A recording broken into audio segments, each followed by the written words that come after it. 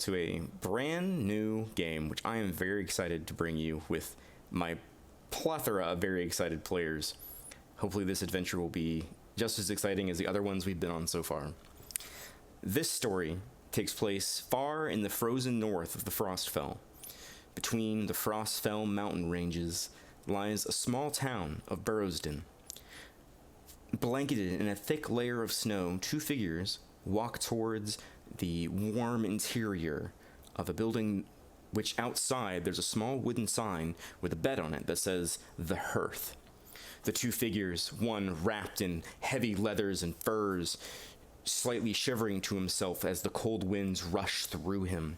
Elron, if you'd like to describe your character.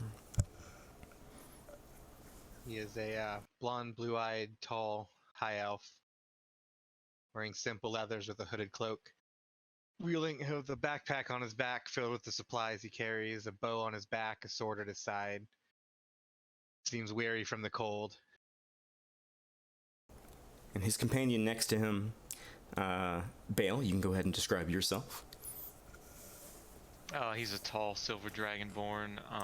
His face and from what you can see of his torso underneath his ragged clothing is crisscrossed with scars, including one very large scar across the right side of his face that almost kind of splits his mouth section in two.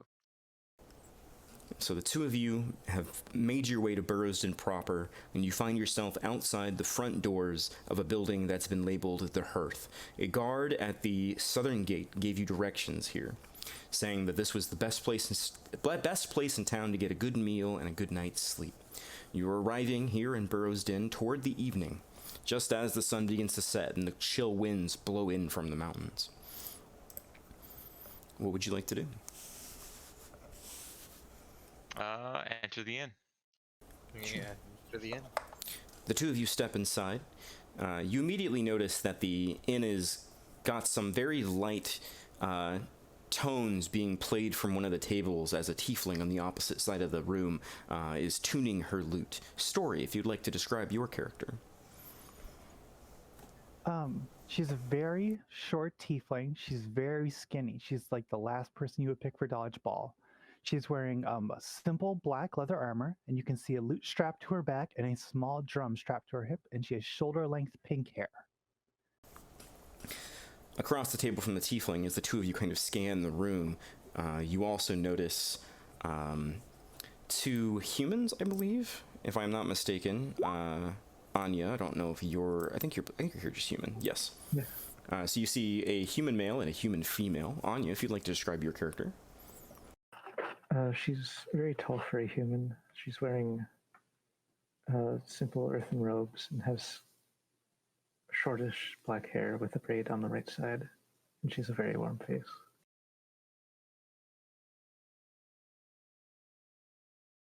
And next to her sits a gentleman. Wilder, would you like to describe yourself? I'm a average-sized male, early 30s, hunched over a pint of ale, eyes sunken in, shadows underneath from hours of reading in the night, my hands covered in soot and ink from poring over scrolls and making maps, just having a joyous time here in the tavern. Additionally, at the bar, you also take note of a very strong half-orc. Austin, if you'd like to describe yourself. Yeah, I'm a half orc, 6'3", pretty well built. Also look pretty rough, because I like the wilds. Additionally, scanning the bar, you see a dwarven barkeep sitting there scrubbing the front counter. Occasionally, one of the patrons in the bar raises a hand and he pours a drink and hands it to a barmaid that hurries it off to one of the tables. You see a few miners, a few guardsmen, and a drow who appears to be sitting at one of the counters chatting with one of the barmaids. She's wearing light armor. She's got a rapier on her belt.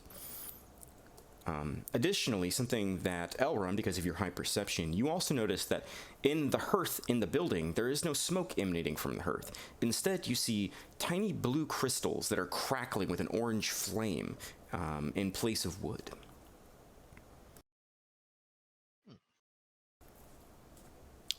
Elron, Bale, you have the floor. What would you like to do? I will approach the bar and ask the barkeep if there's what's the news on the town. Well, there's... I moved to the table near the bar and watch Elron's back, scanning the room. Sounds good. Well, there's a lot going on in town. Depends on what you're here for. Always when you have minor positions open up at the mines, you have to talk to the pitman for that.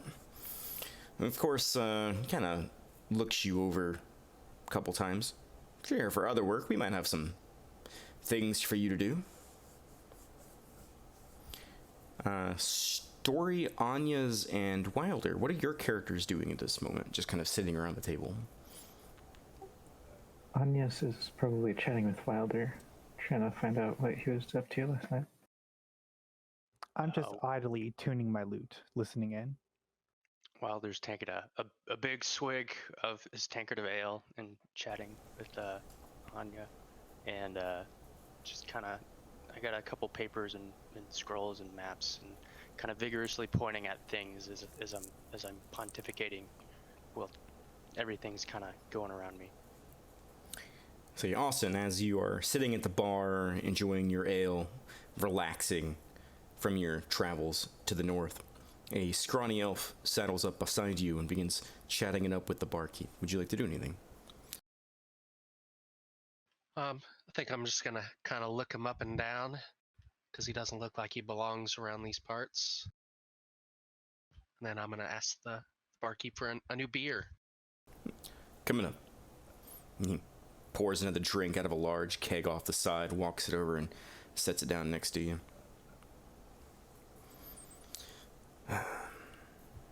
I'll ask Elron what he's doing around these parts.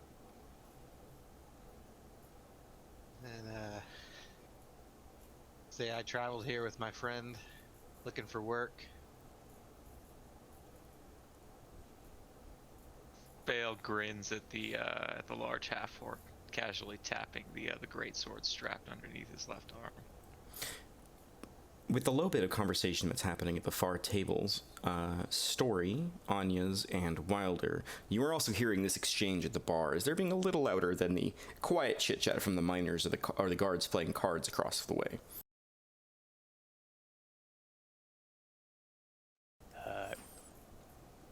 Since I hear that he's coming from out of town, Wilder kind of goes up to the bar and says, "Oh, what news of the outside the city have you witnessed?"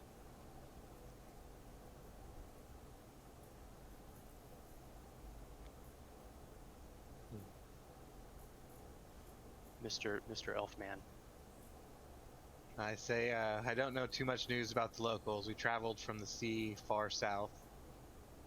We ran into troubles down there, and we decided we had to move on. See, We came here. Elroy, go ahead and make a history check with advantage, because you did travel from the south. History check with advantage. So you go to your character sheet and click on history, and you can click it twice, and it'll roll twice. It's underneath. Advantage. Where's history? There's an advantage by the It's in your skills. So it's on the left side, just to the right of your stats. Am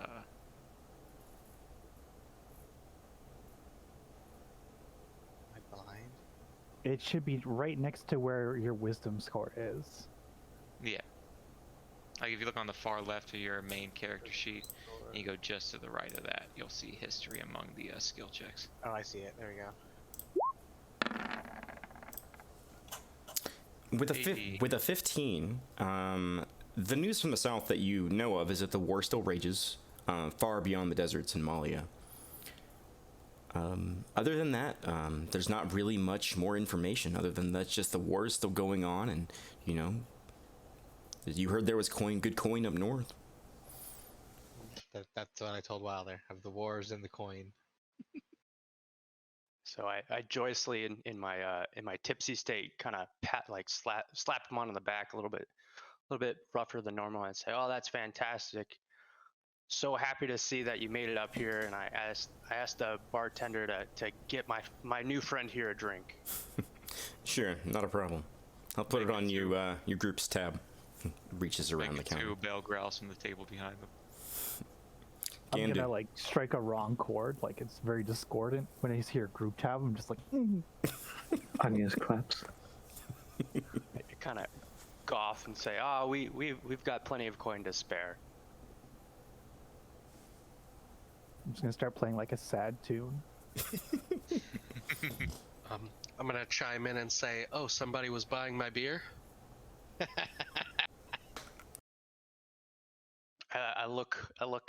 I kind of lean over the counter a bit, kind of looking down at it, and I'm like, you looking to drink a bit more, fella? Always more. And I kind of raise my tankard up, kind of bring it down on the table, and then swig back a big gulp of my tankard, emptying it out. You hear from the far side of the bar, one of the two guards that's sitting at the table. You buying drinks for everybody? Kind of shout back and say, if you think you can outdrink me, then I might be willing to wager a couple drinks. He looks at his buddy, looks down at his tankard. All right, I think we can do that. He steps away from the game of cards and heads over to the table that Bale's sitting at. He slaps the top of the table. Have a seat then. I say to Bale and Draconic, why don't you join our new friend here and show these gents how to really drink? So anyone who speaks Draconic will, of course, know what he's saying. So Bale nods casually and looks at the guard. You're gonna need a friend.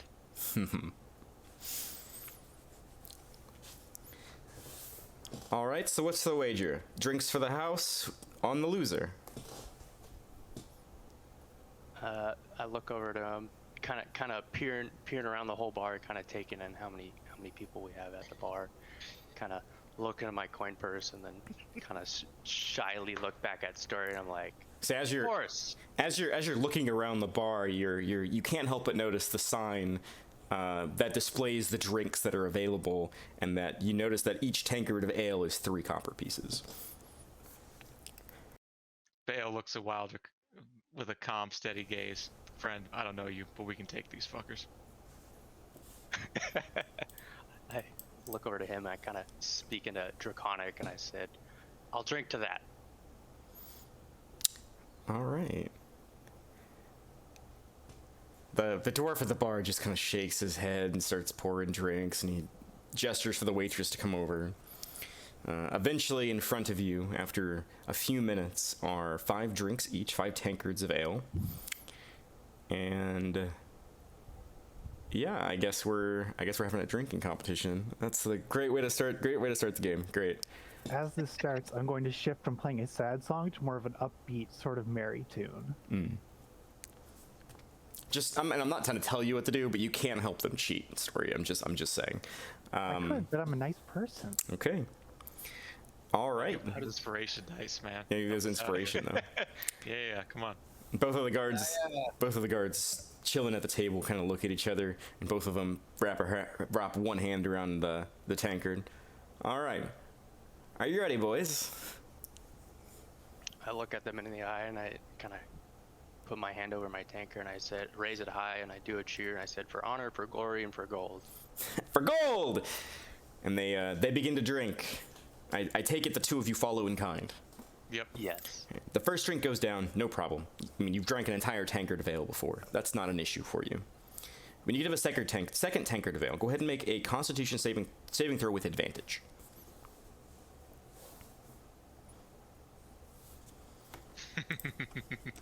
Damn. Those are both really good rolls. So wait, with the 4, that's a natural 20, right? Yeah. So, Bale, no problem. You just start chugging it down. The mine workers who were sitting at their own table have come and are standing behind both groups and are chanting and going chug, chug, chug, chug. And the whole bar is kind of enraptured in this competition. Everyone's kind of around you guys right now. Wilder, you manage to get it down, no problem. It takes you a little bit longer. One of the guards gets about halfway through it, sets it down, heaves for a few minutes. The other one just goes, is just keeping right up with Bale, just, neck and neck. Bale finishes just before he does and slams the tankard down. The second one eventually gets it down, but he's not looking so hot. You guys going for the third one? Absolutely. All right, go ahead and make a Constitution saving throw. Bale, you have advantage because you rolled the natural 20. Okay. We'll take the one on the left, Welder. All right. Do I click? No, you're good. We'll take if we roll something at advantage, we always take the roll on the left hand side. So I want to be rolling normal. Yeah, but Okay. because you rolled with advantage, we're gonna take the 14 because it's No, on the he didn't left. roll yet. That was his first roll. Oh, yeah. Ooh. Ooh. So that's my Constitution. All right. Bale, you hammer into the third one. You chug. It's frothy. It's getting all over. It's dripping down your face down into the scales that are bared on your chest. Wilder, you get maybe a third of it down, and you're done. You can't handle anymore. You feel like you're gonna if you drink any more, there's a chance you might vomit. I'll let you keep going if you want, but there's a chance you're gonna vomit. Oh, you gotta go for it. You gotta risk it for the biscuit. So wait, do we lose if he pukes? But both of the guards are looking like he does. Like they're both like, oh man. Oh wow, they're both. Yep. Okay. Cool. One of them keeps going. One of them tags out. One of them keeps going, and like okay. This is what happens. So one of the guards taps out, stands up, wobbles a bit, steadies himself on the table, and he's like, I'm out. The other one keeps drinking. He looks like shit. He keeps drinking, and he's drinking slower, and he's drinking slower, and he slams down the mug on the table, and you can swear his face looks green. And he stands up, and he wobbles for a few steps, and he makes it this far towards the door, and just vomits on the floor. And the whole bar, other than like whoever chooses not to, cheers at the two of you for winning. I look at the one guard remaining. I'd say that means you lose, friend. All right, you got us. All right, your drinks are on us tonight. No problem. And he kind of like hobbles over to the bar and he starts counting out coins, and he puts a bunch of coins down on the bar. In fact, 3 beers. Yeah. Tankards. So that's Yeah, tankard. So it's like a pint. or whatever. Yeah, it's like a tall pint. And he helps his buddy off the floor, and they kind of like shuffle outside. And his buddy's not doing good. He should have stopped. Party town. I look at the half orc. You said you wanted a drink.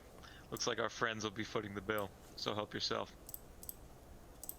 I move over to the table by the dwarf and say, what do you think of the competition we just saw here? Strike up a conversation. It was great. God, I love me a drinking contest. You said you're out from out of town, laddie. Yeah, I just came in looking for work. You know anything around the mining operations in this town? Well, we always need competent miners. He kind of looks you over. You don't really seem the sort. You seem more of the person who's looking for something more dangerous. Well, mines need guards, don't they? Well, some mines need guards. Luckily, we have the city guard as well. He kind of gestures at the two as they leave. Most of them do pretty good from the day to day. I mean, if you're looking for steady work, I think the pay is like 3 gold a day. Might put you on. You have to talk to Pittman and see if he wants you on payroll. Although he started to cut back lately. Bale looks at Elrond, frowns, and shakes his head hurriedly. It's like, thanks for the Not offer, enough. sir. We'll keep you in mind. And while I have you, do you know any of the shops that are in this town? We may be able to get some supplies since we're new here. Well, it depends on what you're looking for. You've always got the Nail, great smithy, just down the road. Charlotte's, if you're looking for something. Well, you look pretty well prepared. Some of the other people in here could probably use some new duds. And you've also got the Needle, which is our general store. Thank you for your time, friend. I step back over to Bale. Not a problem. Thanks for winning me a free drink. He steps back to the. Oh shit. He steps back over to the table. Same with the other miner. Wilder kind of walks up to the bar to get a drink for Story and Agnes, and then kind of walks back to the table and plops down 2 takers. I'm like, see, I knew we had it. Drinks are on those guys. As a note, you are Plop drunk. You have an advantage on charisma checks, but you have disadvantage on dexterity checks Okay. and wisdom checks. I'm just gonna like put my hand on his hand since he's very drunk and be like, "You did a good job."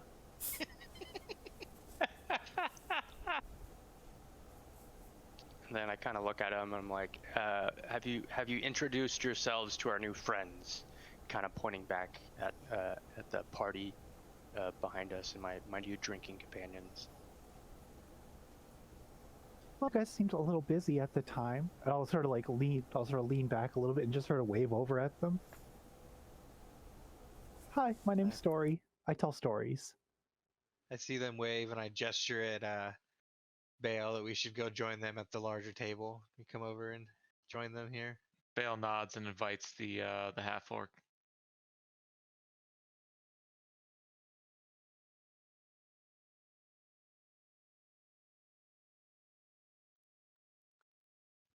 If you want to move in between tiles, you can hold down the Alt key. Yeah. Yeah. Position yourself better. Yeah. Oh, okay. So I look at everybody around the table and I kind of say, well, excuse me for a second, and I go outside to go relieve myself. So I go out the inn. Which end is that coming out of? I'm just curious. Are you Would that be a sobering roll? yourself up? No, I'm going outside for a piss. Got you. I lean forward and ask my fellow table mates. So we're looking to make some real gold here. Has anyone heard anything interesting about town? Okay, Story and Anya's can roll, we'll say history, just straight history checks to see like if you've overheard something here at the bar. Let's go on. Story, it's cold, it's snowy, you know, like you're more concerned about the hearth than you are like what random people are saying here in the bar. Also, that smell from all the puke over there, it's a little distracting. Anya's, you overheard that there was someone in town whose storeroom was broken into. Some of the front door was shattered, and it looked like wild animals had gone through their stocks and kind of tore up the stocks. You also heard that there might be a missing cartographer, but you don't know too much about that. Oh, I've heard about some wild animals breaking into a warehouse, and there's also been a disappearance. It seems a bit dangerous. I'm not sure if you'd want to investigate that. With the storehouse. Storehouse keepers always pay good gold. Do we know anything more? I gesture at the girl still at the bar and say, does anybody know anything of her? This is the first time, well, you guys haven't been here for very long, I would say, anyone in the current group. So you haven't seen her before. She just kind of appeared sometime this afternoon. Can I do a perception check and see if I can notice anything? Yeah, go ahead and make a perception check. Can I assist him on that by like slapping him on the back and like being his wingman or like? Yeah, you can absolutely, like, you note it, like you follow his gaze and you kind of like glance over. Okay, cool. So you can roll that with advantage. So I roll with advantage then? That is correct. Advantage and perception. Yeah. Let's go. With a 17. Looking her over, her clothes don't appear to be from around here. They're thick furs like you would expect in the area, but instead of like a white or a gray fur, which is indicative of a lot of the animals in the area, it's a black fur. And it's not been dyed. Whatever it is, it's natural. You also notice that her leather armor isn't leather. It appears to be made out of some kind of chitinous material. You see there's a black glossy sheen to it. And the rapier that she has on her side as she sits there and kind of sips on her drink appears to be very, very finely made. Like you imagine that's worth a pretty penny. Kind of looking her over, I mean, she looks like a drow. She's got short-cut white hair with purple streaks kind of flowing through it. You're unsure if they're dyed or natural.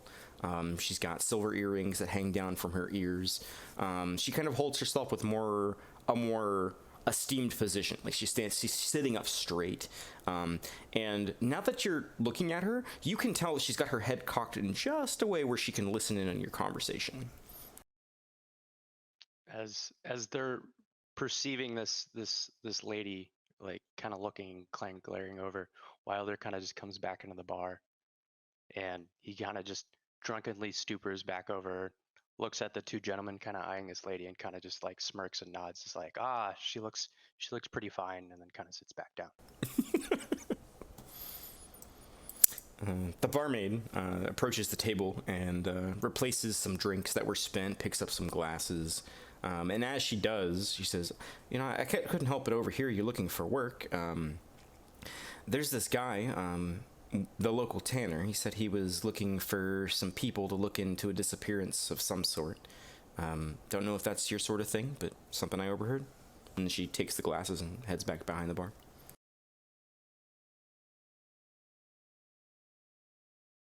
Bale looks askance at Elron. What do you think? Where should we go? What should we do? This disappearance interests me.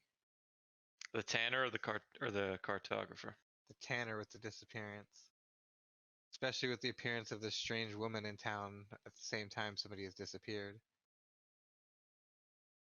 We could always use more muscle. More muscle means less pay, but a greater chance that we don't get our heads chopped off. Bale glances around the table. He looks immediately at the half orc. You look like you can handle yourself. Would you be interested? I have nothing better to do. I guess I'll come make sure you guys don't get yourselves killed.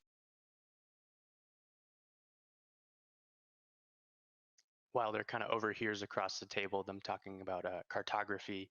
And I perk up a bit, and I'm like, kind of slam my hand on the table, kind of steadying myself from my drunkenness, and I kind of proclaim to them, I'm always good to go find me a good map, and then kind of slump back down.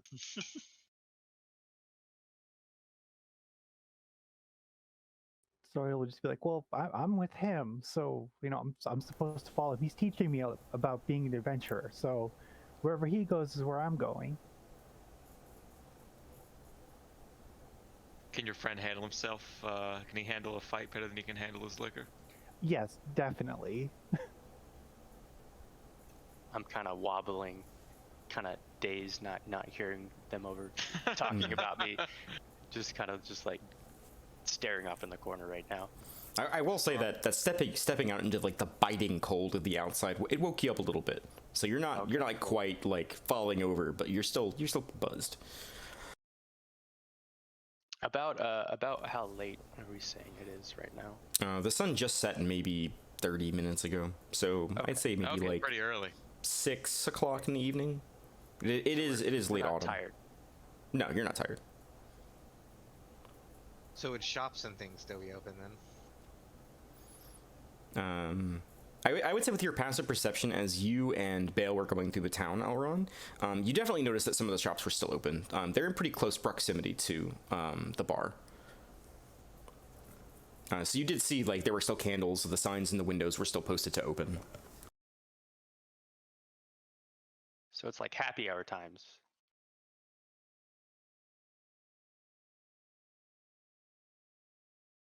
So I say then if we're gonna have to go look for a lost girl, we may need to make sure we have the supplies we need. We should go out, hit up the shops, get what we need, and then meet back here at the bar.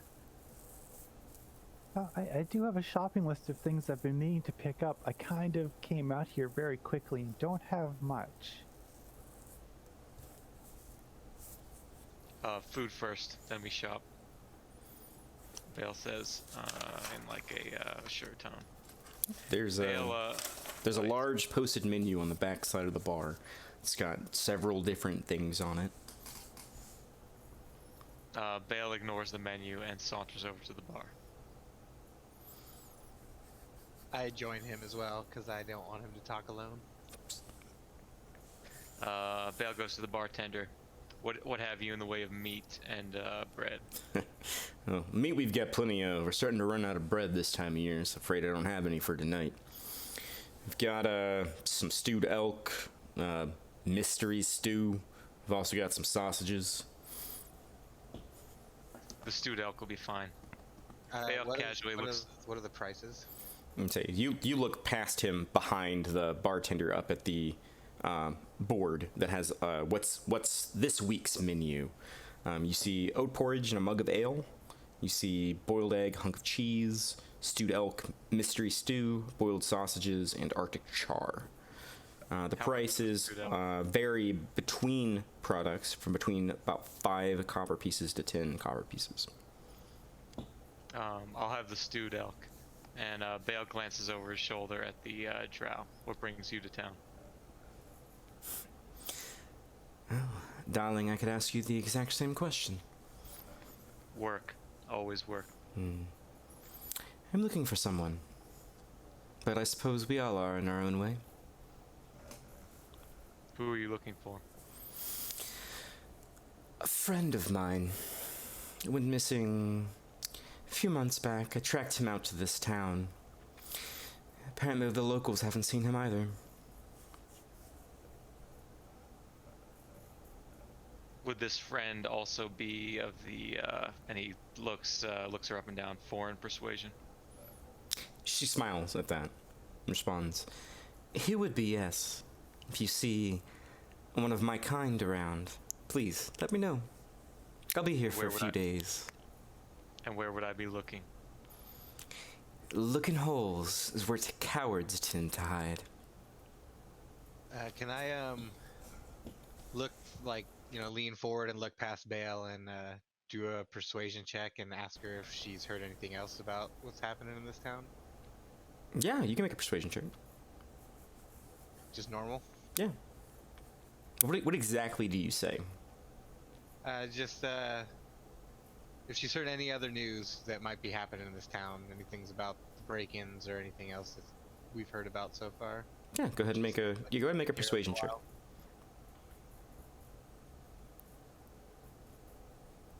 Yeah, just normal. We got 15. That's pretty good. So with a 15, she briefly takes her eyes off of your silver dragonborn companion and shifts her gaze to you. You can tell that there's an immediate reaction, like with your passive insight. You can tell there's an immediate reaction looking upon a high elf such as yourself, which is not positive, but she does respond to you. Says, "Well, I heard the seamstress was looking for rare threads in the mountains, but you're likely to get yourself killed should you go down that path." And she turns her attention back to your companion. "But again, if you should see him, you can bring me his head, or just let me know where he is. I'll take care of it myself." I'll be sure to keep that in mind. Is the elk stew ready? Yeah, the bartender disappeared into the kitchen for a few moments and brought out a steaming leg. It appears to be a leg, but it's like kind of in that rough shape, tied together with twine. There's a few bits of carrots and other small root vegetables kind of laid across the plate. He kind of slides it over to you. Do we gotta minus our golden stuff ourselves? When we buy things? Not for you the drinks, but for this you're gonna take off 7 copper pieces for the food. Can we break down our gold a little bit? Because I have 10 gold. Yeah. But by all means, you can break down to smaller denominations. So it's 5 gold pieces for the elk. 8 gold. 7 copper pieces. Copper, yeah, copper. Yeah, 7 copper pieces. Well, we'll say 4 because your drinks are paid for. That did come with a mug of wort, which is when he pours it for you and sets it beside the table. Instead of it being like an amber colored that you're used to for most beers, it's like a deep brown and gray color.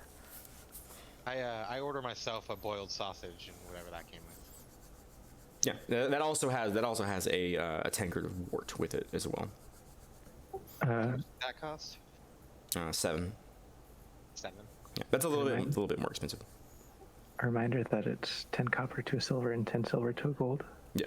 Yeah. So if I What, did is the, what about the gold, EP? Do we ignore the EP? Yeah, ignore that's electrum pieces. That if you find those, it's like weird currency. It's like exchanging pesos in Minnesota.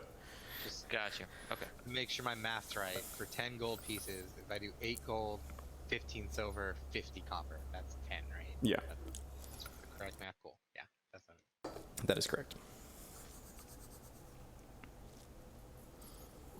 Cool. I take my meal, nod politely to the dark elf, and go back to the table. 5 silver. Your meal is also brought out to you as well, Elron. I take it and go back to the table as well.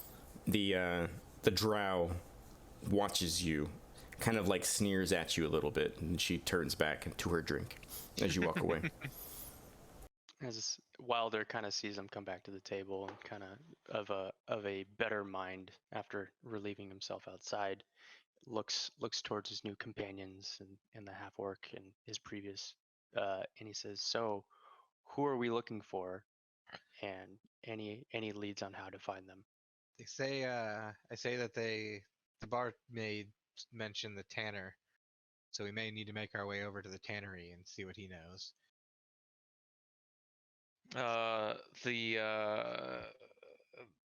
The drow says she's looking for a coward, but all that means is that he's running from her. That likely means he's stolen something from her or done something to wrong her. If he's stolen something, likely it's valuable, and we may want to consider keeping it for ourselves rather than taking it back to her.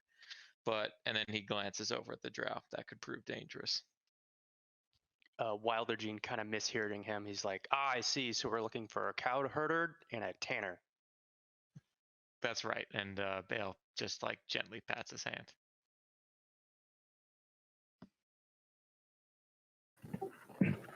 Agnes is gonna speak quietly to Story. It may be a long shot, but if it's a disappearance, maybe we could find some information for you. Maybe, but it's more of a different thing. We'll see.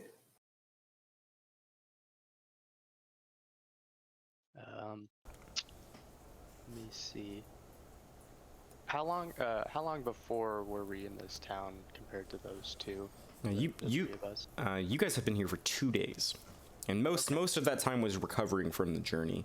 You know roughly where the shops are here in town. The shops that were mentioned, you know where those are in relation to the building you're in. I would say you would also probably have overheard where the tannery is, or else people have told you to stay away from there, or maybe you just wandered the town and it was a horrible fucking smell, and you were like, that's probably where the tannery is. Did we notice any bulletin boards or governmental type buildings, like a town hall, or where general posts of what's going on in the town, or anything like that? I would say, knowing your character and the way your character would go about doing something, I would say that, yeah, you definitely would have noticed. You would have noticed that there is a large lighthouse-like building that, when you got closer to town, kind of beckoned you toward the town. It's just a big, giant, bonfire at the top of a tower. Below that, you know that there's the mine entrance there. You also know there's some sort of an official building next to that. A lot of people in the town, when you've asked about authority figures or heard anything talk about authority figures, they always talk about Pittman, the person who runs the mine. Okay, so Pittman, we kind of deduced is the town head of some sort. Yeah. Would that be accurate to say? Yeah. Okay, so I glance over to our new companions and I said, we might be able to go over to Big Boss Pittman and gain more information about our tanner situation. Okay. Before we get too deep into this, though, I think that me and my partner just arrived in town. There's some supplies we're gonna need to get. Bale mutters knife. Broke my last knife at the previous town. Do you mind if I join you two? I need to do some shopping myself, and I'll gesture down at my leather armor. This is not very warm. Bale I nods amiably, of course. My own leather armor, and say I agree. All right. Well, there's... Oh, go ahead, sorry. All right. Meet back here in, say, an hour, 2. Yeah, it's enough time to go hit 2 or 3 shops. Perfect. Time for dinner and another beer. Bale glances over at Wilder. Should I carry this one, or can he bear his own weight in this state? Wilder kind of stands up and he says, Wilder can bear his own weight. I gesture towards Anya. Say, are you joining us, or are you staying behind? Say, as Story, since you're the most, like, I would say most refined person in the group, Wilder saying his own name triggers something in your head, and you realize you haven't done introductions yet. You have no idea what these people's names are. Oh yes. When I notice that Wilder said his name, I kind of perk up, and I'm like, "It's true. Your name is Wilder. We've not properly introduced ourselves. My name is Elron, and my companion here is Bale." Hi, my name is Story. This is Anyas, and this is Wilder. Hello, friends. It's a pleasure. And I look over at the half-orc at the bar who's already diving into his dinner and said, "Oi, what's your name, friend?" You can call me Austin. Well met, Austin. And I look at Anyas and say, "Are you staying at the bar, or are you joining us while we go buy some supplies?" I'll come with you. I could probably use another coat. All right. And then we head off to whatever the place would be that we gotta buy warm coats at. All right, so Yeah, just double checking. Austin, you're staying at the bar, and everyone else is going shopping. Yeah, I'm gonna get some food while they do that stuff. All right, Austin, go ahead and give me 3 perception checks, and I'll get back to you when they're done shopping, and I'll explain what happened to you while they were gone. So you go to your character sheet, like on. Yeah, he's got it. Yeah, you got it. Woo! Oof. Okay, great. We'll take the And first it's 3. funny. All right. Perfect, and we'll get back to you when they're done shopping. 20. So the 5 of you, well, minus the half-orc, step out into the biting, freezing winter chill, and very quickly you find yourself in the center square where most of the shops are located. The buildings stretch off further north, but it appears to be mostly residential and other buildings of non-consequence to you. But as you step out, viewing the different buildings in the area, you see the Nail, you see Charlotte's, and you see a place called The Needle. So we step into the Needle. Not a problem. You step into what appears to be a very well-stocked general store. You see ropes and buckets and long poles and farming tools and shovels kind of haphazardly pushed against walls and kind of neatly arranged in their own unique way. You also see small tags that hang off, just bits of twine that are wrapped around small pieces of paper on most of the merchandise in the area. Behind the counter, you see which appears to be a middle-aged elven woman, although it is hard to tell with elves. Sitting behind the counter, she appears to be reading some sort of a book, and she sets it down whenever the little bell rings above the door when you step inside. Ah, welcome. What can I do for you folks today? Said, well, I know first off there's quite a few of us that are in need of some winter clothes to handle this weather you have up north. Bale puts in quietly warm clothes for the warm bloods and chuckles softly. Well, if you're just looking for some simple things, some warm cloaks to get you through, I'm sure we can set you up. I've got some things I sell for Charlotte over at her clothing store. Be happy to help you. Who's looking to get fitted? Before I do that, can I just take a look around with my perception? Sure. If anything that looks particularly valuable catches my eye? Sure, go ahead and make a perception check.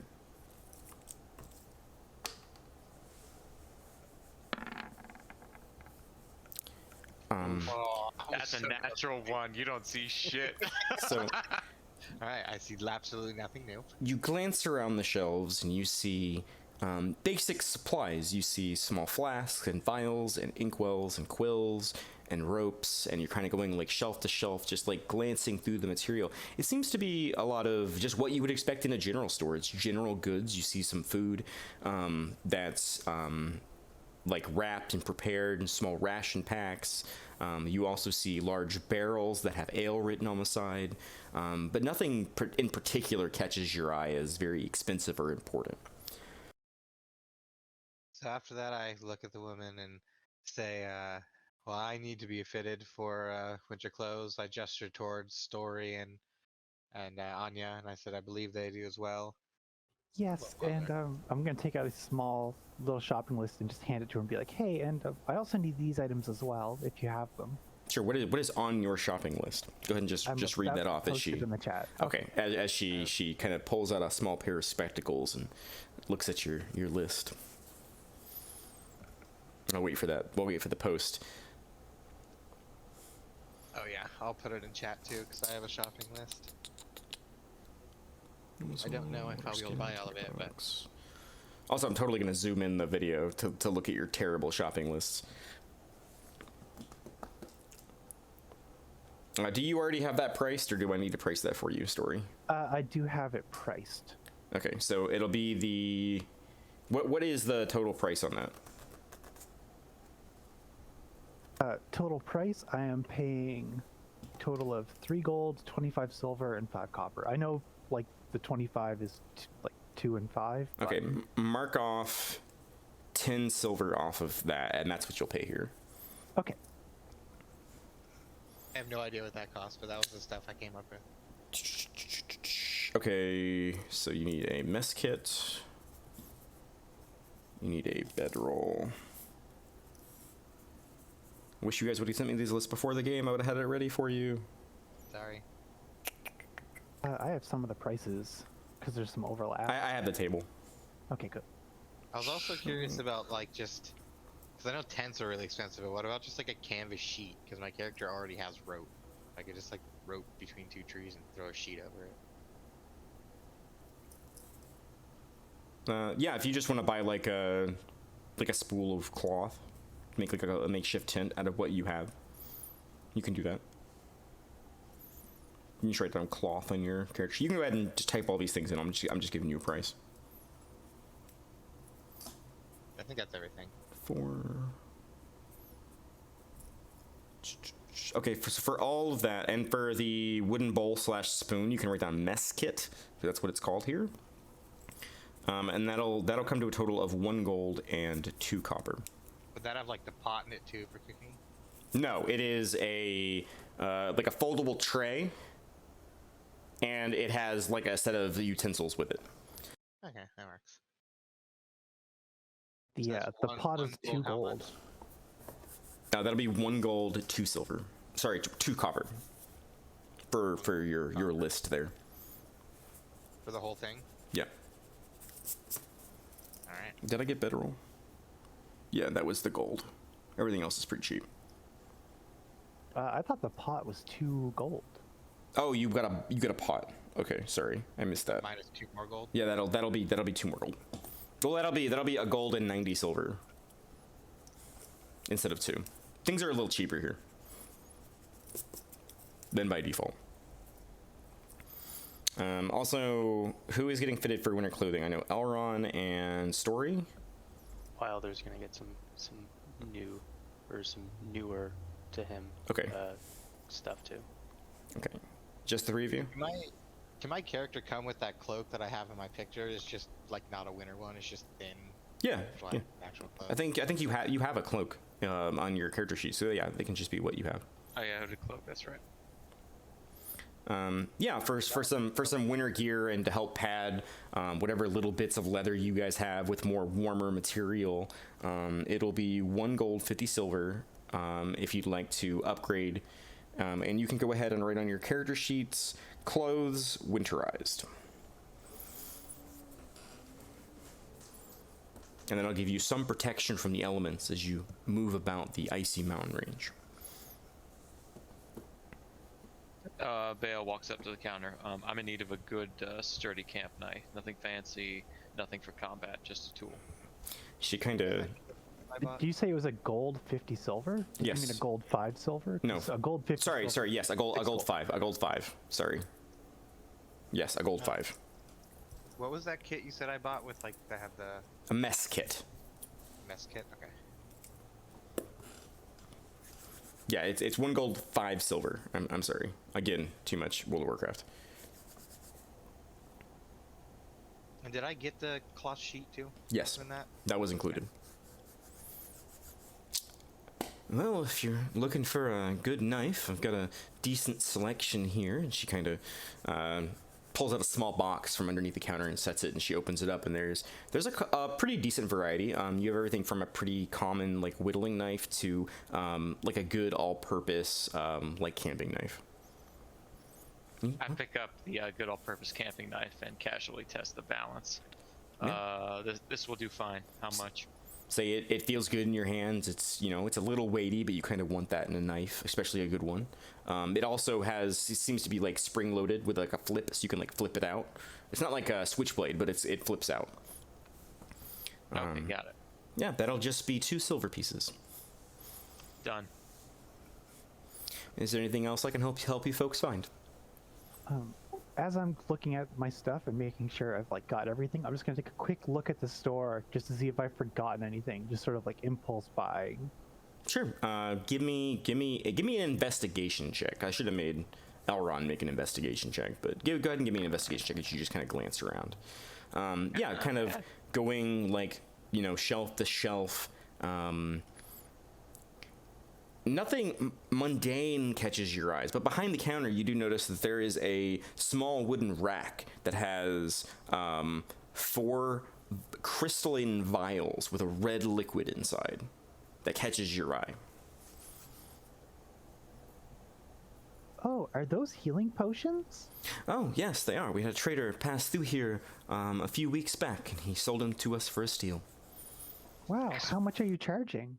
Expensive, Bale says in a cautionary voice. They are quite expensive, but I'm sure there's plenty of work around town, and they have saved many lives from many adventurers such as yourselves. I sell them to you for 40 gold pieces each. Ooh, you wouldn't happen to know of any of these jobs around town offhand, would you? Well, I know that Charlotte is looking for some people to find some frost spider silk, but that's a very dangerous job, and I wouldn't recommend it. You might check in with Pittman. He might have some work around the mine or other troubles. Guard Captain Curio might also have work. As Wilder Jean hears her kind of listing off some of the jobs that are available in town, he kind of leans forward to her and asks, "Is like, do you happen to know who supplies the tanner with his goods?" Yeah, well, there's plenty of hunters that hunt in the woods. He also doubles as a butcher on some days. I know him and his friend Carl like to go fishing far up north. They usually trying to get away from their wives. I kind of nod when she mentions the name Carl. That is, you said Carl was a friend? Yes, he's a friend of Peter's. Do you happen to know where Carl lives? As I kind of haphazardly mentioned, like we're looking for the tanner, kind of to make sure. He lives just outside the north gate. Just follow the road toward the east, and you'll be right there. Just follow your nose. I nod and say thank you, and kind of back away. And I don't know if they heard this. I kind of mention it to the group. It's like, hey, I found out where we might find a lead on the tanner. Kind of let them know of the information I just got. Well, I know you were a little drunk there, Wilder, but the tanner's looking for help finding someone who's missing, if I'm not mistaken. The tanner himself is still in town. Yes, and then I kind of nod at Stirring and I said yes, but we need to make sure that we get information from the tanner to see that what they're trying to get is actually what they need. Of course, of course. Alright, Bale looks around at everyone and says, "Is that all we need?" Anya still needs to shop. What do you need, Anya? She's gonna ask the keeper, do you know of any bait that the wildlife around here can take to? I suppose that might be a better question for Peter, but depending on what you're trying to hunt, I'm sure all manner of things would work. Okay, I'll be sure to ask Peter. What about storms in this area? Are there snowstorms? Oh, all the time. As the year comes to a close, the storms get worse and worse. Definitely wouldn't want to be out during one of the whiteouts that happen occasionally around the base of the mountains. As a rogue, am I able to use traps and stuff? It'd be survival. Would be the skill associated with setting traps. Fuck yeah, I have level 1 survival. Do you happen to provide goggles for protection from the snow? We have a small selection if you're looking to grab some. They are a little expensive because of the intricacy of the item. They're 1 gold piece each if you're interested. Well, I'd like to buy a pair of goggles and a cloak that would go over my current clothes. I can make that work. Cold weather cloak? Yes, please. Your total will be 2 gold and 5 silver. And what about arrows?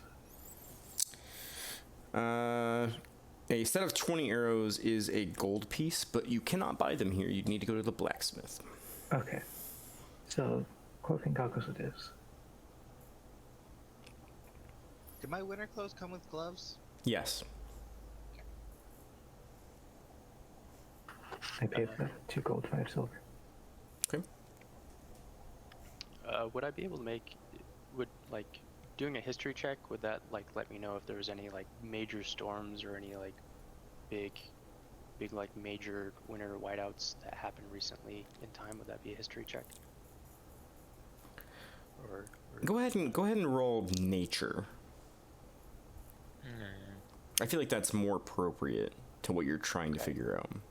Well, I was just trying to see if there was any past big storms in the area that might have been noted, but let me see my nature. I mean, you can roll history if you're just trying to get go ahead and roll both. Okay.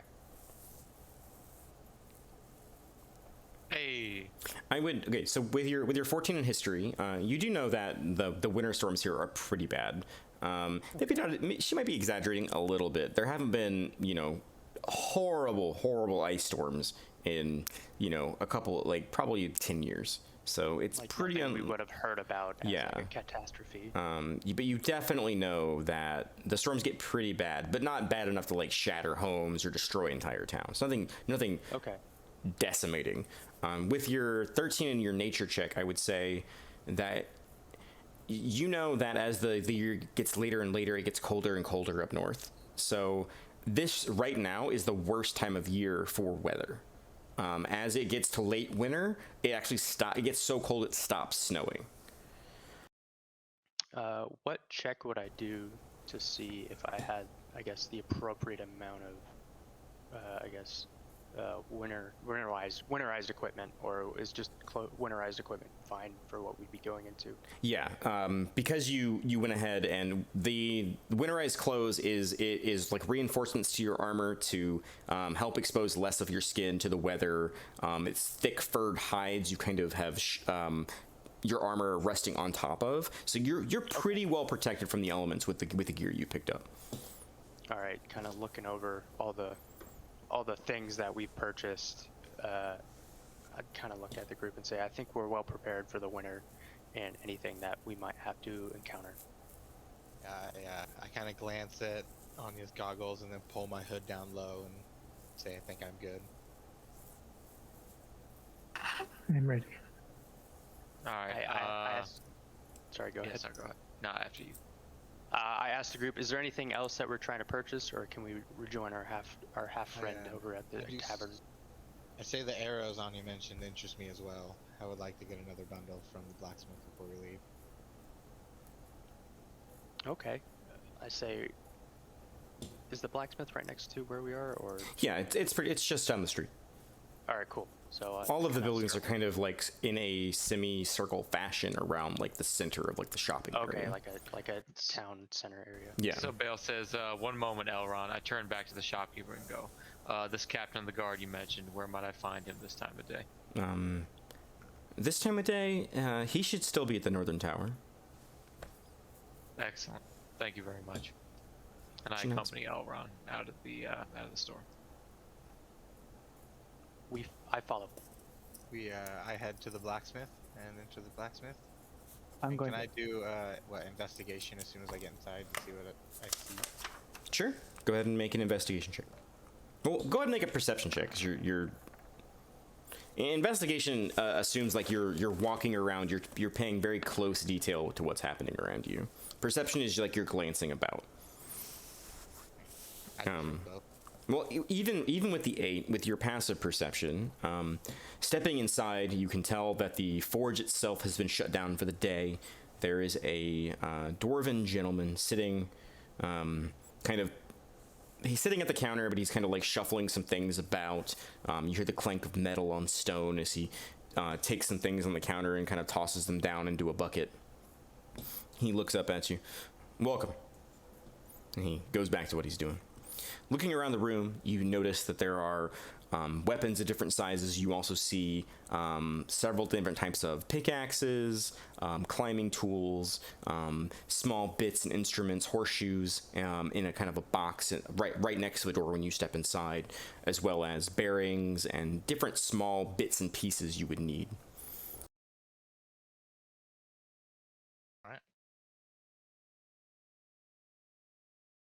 So I approach the blacksmith and ask him what he's got as far as arrows go.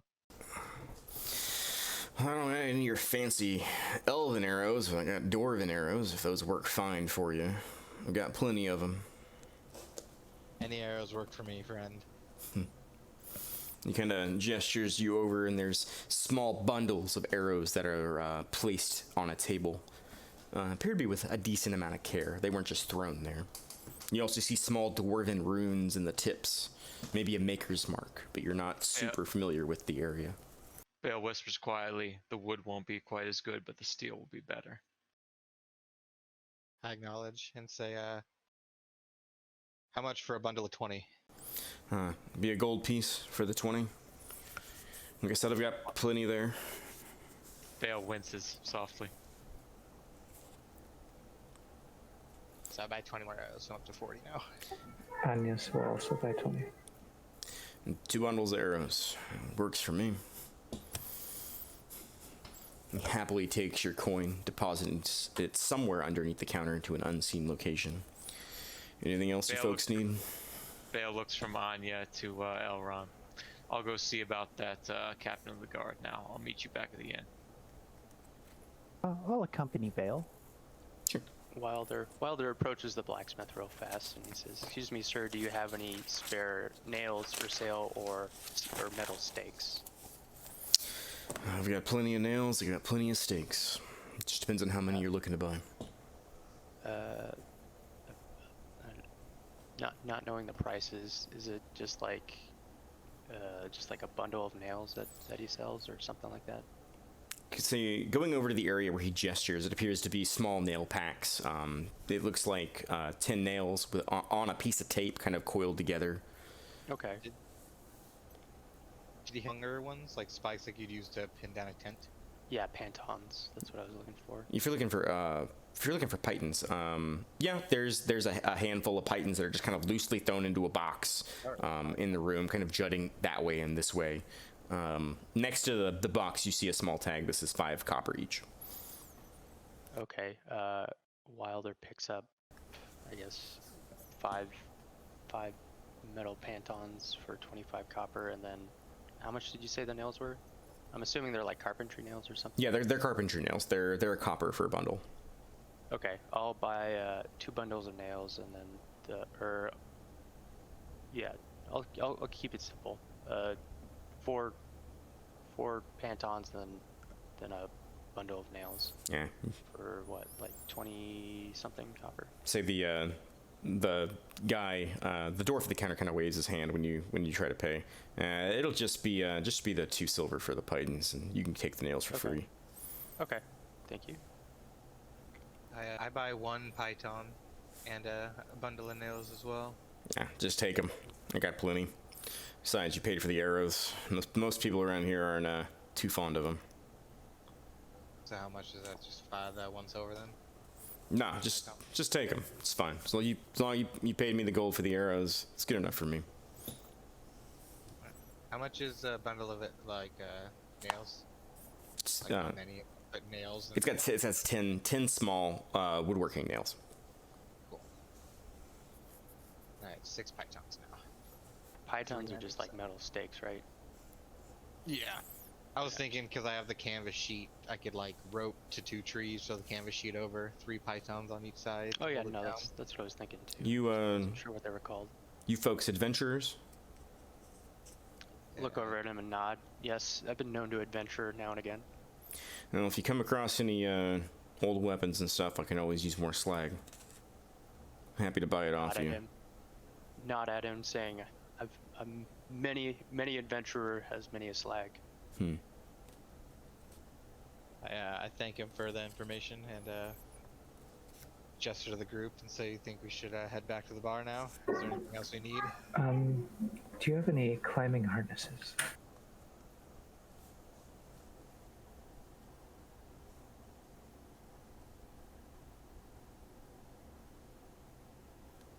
Avery?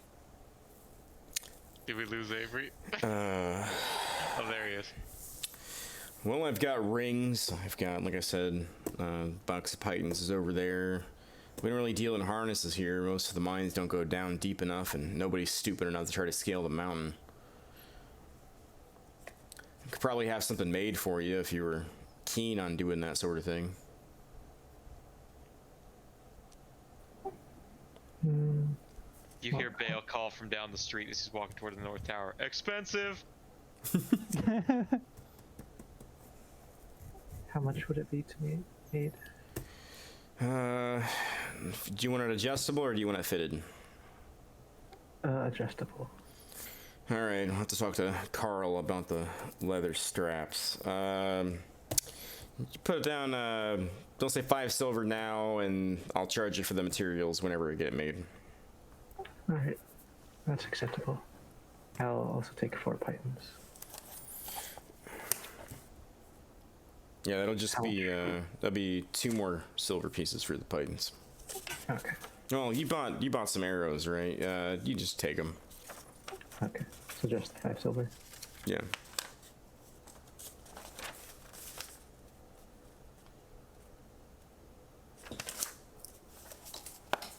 I notice everybody kind of gathering their things. I'm like, well, thank you, blacksmith. We'll see. Hopefully, we'll be in business soon. Well, I hope so. Stay safe out there. When we leave the blacksmith, start heading towards the bar, I gesture at the 2 and say, don't worry about your friend. Bale won't let anything happen. And we head back to the bar. Make a note. Make a note here in my blacksmith about a harness.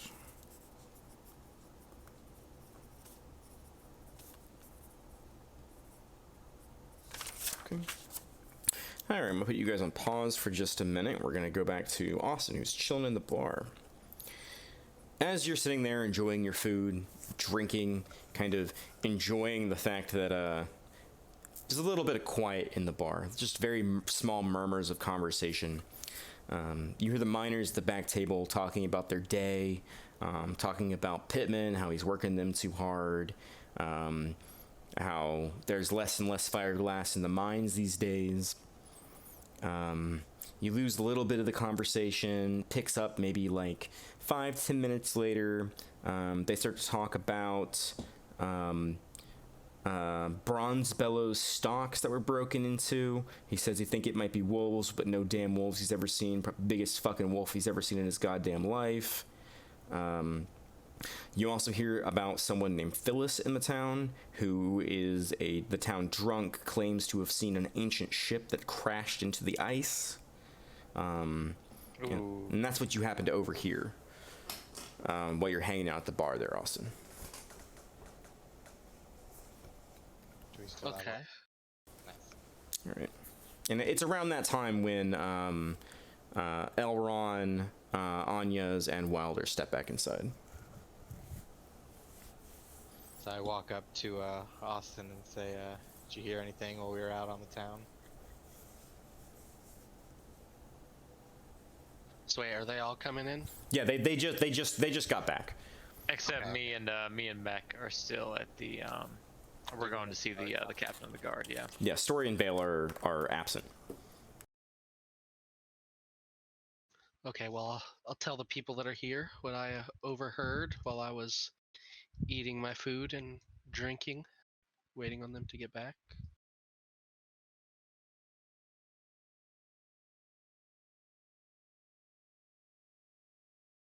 Said, oh, that's quite interesting. An ancient ship, giant wolves. Town's got a lot of stuff happening in it. Can I do a history check on this ancient ship to see if we know like any like historical facts about it? I would. Well, you aren't here, are you? Yeah, Wilder is. He just hasn't moved his token into the bar. Yeah. okay. Wilder is there. I would say with don't roll because you don't have enough information yet to be able to determine anything like that. Finding ancient artifacts and ancient ruins is not unheard of in the world, so it's not an impossibility. But you don't have any information available to you to glean more from. You need to learn more about this. It wouldn't have been okay. So not enough information to kind of connect the dots on something. Yeah, just hearing about an ancient ship isn't. It's just not enough information for you to really like pull from your knowledge. Okay.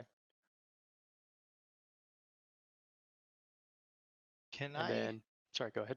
Can I leave the bar alone and follow the maid's instructions out to where the tannery is and use my sneak skill to try to like go up to the house and try to attain any information and then come back to the bar? Okay, so you're just gonna be like, hey, I'll be right back, and just step outside? Yeah, and be like, hey guys, I'll be right back, and step outside real quick. Yeah, well, okay, I'll get back to you in here in a second. I'm gonna go ahead and move to Bale and Story. The two of you push through the town. The clouds have started to swirl in the sky. It hasn't started snowing yet, but you can tell it's probably gonna either snow later this evening or soon. But as you kind of step out through the town, passing by most of the buildings that are made out of rough-hewn stone and bits of large trees, which may have been imported from elsewhere, because there's not many trees in this area. You push through, and eventually you find yourself standing at the northern gate, and the large guard tower that looms over the top of it, small little slits in the windows, and a large double door in the front. Bale walks up and knocks heavily on the door. So after you knock heavily on the door with a resounding doom, doom, doom, you kind of notice movement above you, and somebody's looking down. They have a face mask. They have a bit of cloth pulled up over their face to kind of keep out the cold, and you can see the exhalation of breath kind of through the mask, the white mist that pours out.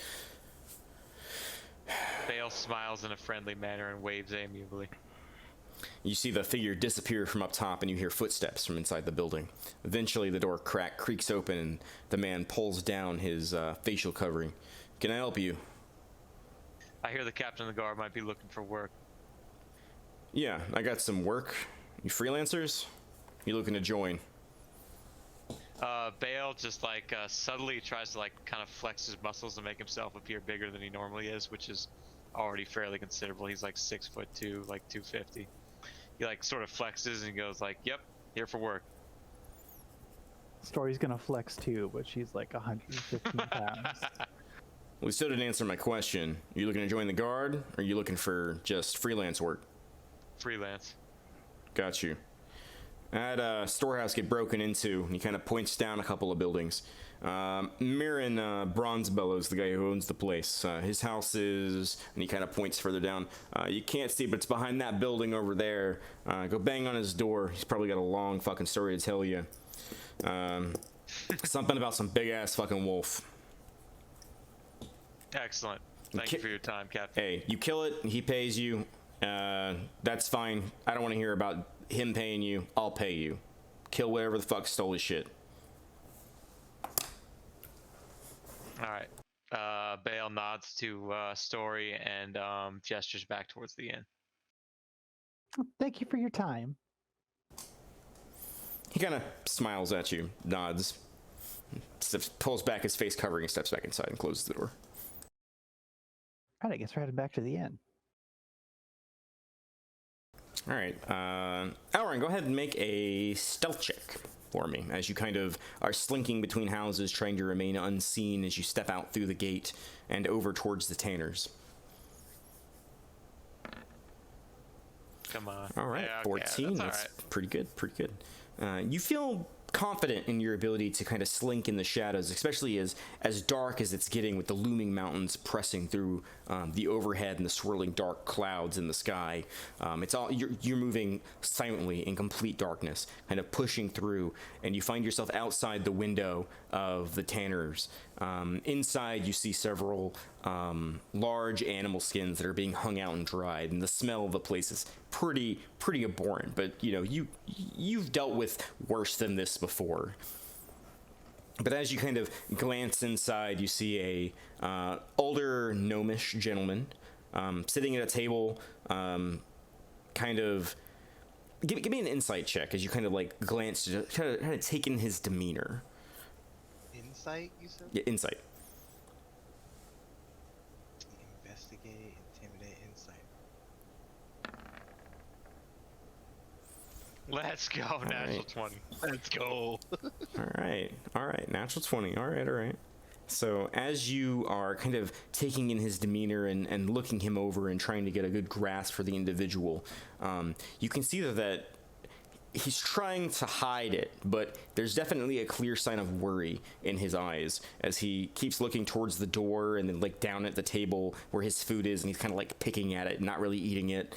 Occasionally he turns and looks towards the hides and looks around the room and sighs, and he goes back to what he was trying to eat, but he's too distracted. He's thinking about other things.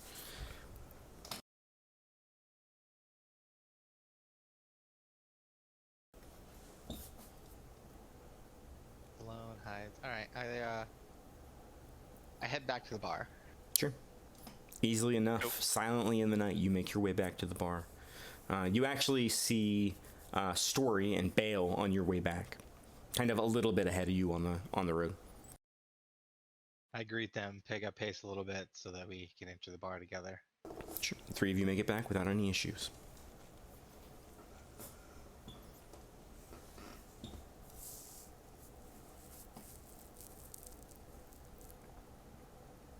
And once we're all together in the bar, I look at Bale and say, "What news from the guard captain?"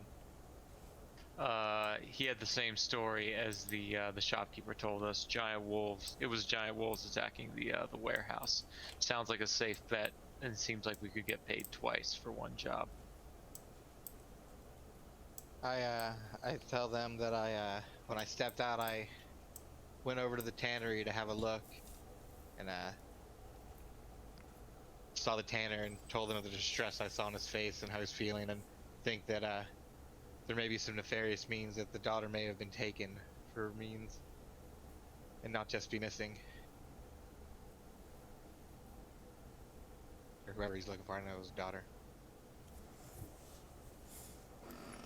Make an intelligence check there, Elron. Intelligence check, alright. So it would just be Just go ahead and click the word intelligence in your stats yeah, on score. your far left. No, that's a save. Well, I'll take that. We'll just -2 because you're proficient in intelligence save. So it's a 16. Let's go. You kind of piece together the different stories you've heard around town, and you take it that the tanner is looking for his friend Carl, which also might be the local cartographer that's gone missing, that you've heard whispers about. So I tell the group that information that I just kind of pieced together. So our options are thus: we could in theory take both jobs, but if we fail at one, our reputation might suffer. I personally think the safest bet is the warehouse and the wolves. We've dealt with beasts before. We know what to do. I think the wolves would also be the best bet. They said they attack at night, and the night is approaching. If we could defeat them, gain some gold in the morning, it could help us with our investigation with the missing person. Well, we were also told to go talk to Bronze Bellows to get more pertinent information and maybe hear his side of the story about the events that happened. What time is it right now, Avery? I would say with the amount of time you guys have spent shopping and getting your stuff fitted and walking around town. It's probably about roughly 8. It's really dark outside, like it's almost pitch black, but it's not like super late. Too late to go see Bronze Fellows? That's up to you. Well, if we're going for the wolves tonight, we can continue the investigation in the morning, and to talk to more people, talk to the tanner, talk to Bronzebello, get all the information we can about the. Bronzebello is the wolves, though. He's the guy who runs the warehouse that the wolves attack. Well, he would be at the warehouse then, wouldn't he? If we headed there, we may be able to Well, catch he's him. at his home right now. Bale shakes his head dubiously. A good warehouse owner almost always leaves someone to watch over his goods. Even if he's not there, likely one of his employees is. We might be able to talk to them. Say, we should head to the warehouse then. Look into the wolves. As Wilder hears them all talking about this kind of behind him, he's kind of looking into the fire, looking at these. You said fire crystals? Yeah. Go ahead and make an investigation check as you kind of glance over them. Big rolls, big rolls. Big money. Nice. Hey! Yeah, as you are kind of watching the hearth and half listening to your companions figure out what they're planning on doing, it's kind of mesmerizing. There's a crackle as if it was wood, but instead of wood splintering and breaking in the fire, the crystals are actually like cracking, and you can see like small breaks and small brilliances of flame that seem to ignite from the new cracks in these crystals. They're maybe an inch long each. They appear to be roughly cut, not like perfectly cut gemstones, but like raw shards of some sort of strange blue, icy looking material. But they are releasing this kind of orange, warm flame. They also are burning much slower than you would expect standard wood to burn. Are these crystals of common knowledge to us, or is this something kind of more foreign now that we're up in the north that we haven't interacted with? You haven't seen anything like this before. Correct me if I'm wrong. Your character is from Malia, which is the desert country, correct? Yes. Correct. Yeah. You have not seen this before. You can make a history check to see maybe if you've heard of this before. Okay. Get it? Nice. All right. All right. 15. It's pretty solid. You guys' rolls are really good tonight. You've heard of fireglass before. It's usually used in different dwarven cities and places where wood is less common and more of a precious commodity. They're mined from several different mining towns up in the Frostfell, where you're currently located. This town itself does, in fact, mine the fireglass as well. It's also known that the amount of fireglass that's in the hearth right now will probably last for about a week. Even the small, maybe roughly log-sized amount that's in the hearth. It burns clean, and it burns for a very, very long time. Is it hot to the touch? Yeah, I was gonna ask. I mean, you see fire coming off of the glass, but the crystals themselves, when not lit alight, are not hot. So, like, as kind of like a childlike wonder, I kind of press my hand closer and closer to the crystal to see if it gets, I guess, like, seeing if I can touch it, but not cautionary, like trying to grab it right out. No, it's hot. It's hot as hell because it's on fire. Okay. Like you get your hand close, and it is an extreme heat coming from it, as if it was a bonfire. So, like, okay, cool, thank you. And then I kind of like back my hand off as it kind of gets warmer and kind of shake it a bit as I see that it got warm. And I kind of look back to the barkeep, and I says, "Do you have any of these for sale?" Fireglass? Well, we export it. I might have some for sale if you're looking to buy. I've got some stocks in the back, but to be honest with you, you could probably get it cheaper from Bronzebello. Go ahead, Wilder. No, you go ahead. Of course, if you're looking for a large amount for caravanning or selling to other dwarven towns, you might want to talk with Pidman. He's in charge of the mine. I was gonna say, After- Go ahead. Sorry. I No, kind of, go. after hearing he mentioning Pittman and Bronzebello, I kind of perk up and I said, I kind of look at the group and I said, if we want to go for these if we want to go look for the Tanner's friend, we might want to be well prepared for the cold in the future. We might need funds to purchase some of these crystals.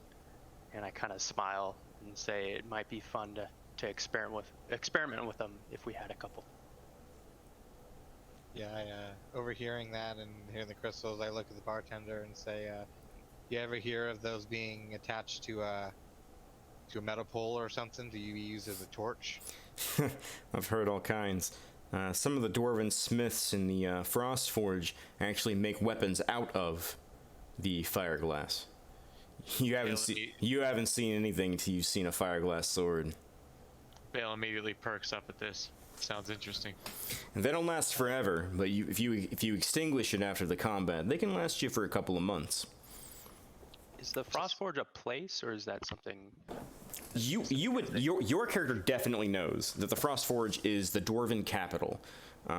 Wilder would know that the Frost Forge is a large domed city. It is a city underneath a giant iron dome that is housed by the dwarves. It is essentially the capital of this country. Ooh, that's really cool. It is also very, very far to the east. It's in the extreme eastern coast. I kind of prompt the barkeep and ask him, "Do you happen to know if any of the great wares of the Frost Forge ever make it to this part north?" Oh, I don't think any of their fireglass weapons very, very rarely ever do. Let me think. That's a DM needs to refer to his notes to find somebody's fucking name. Making your work. Fergan over at the Nail might have some, but if he does, he keeps them stocked up in his private stocks. If you ask, he might be able to show you some, but they're incredibly expensive. I know I could never afford one. So I gesture over at Wilder and said, "It seems like we need to make a little more gold to be fully prepared for this missing persons. We may need to head over to the storage unit to look into these wolves." I kind of nod in agreement. Well, if you folks are looking to make some money fast, he kind of looks around, noticing that you're the only people in the bar. I know a thing or two about these parts. I might know some places where you might be able to make some serious money. Can I do a persuasion check and ask him what things he might be wanting to? Yeah, go ahead and make a persuasion check.